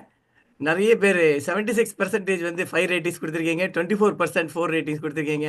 மிகவும் மகிழ்ச்சி. இப்போ இது இனிமேல் எல்லா மீட்டிங்லேயும் இந்த மாதிரி பண்ணலாம் அப்படின்னு சொல்லி கிருபானந்தரும் நானும் டிசைட் பண்ணோம். ஒவ்வொரு மீட்டிங் முடிஞ்சோடனே அதனுடைய உண்மையான ரேட்டிங் இருக்கட்டும்.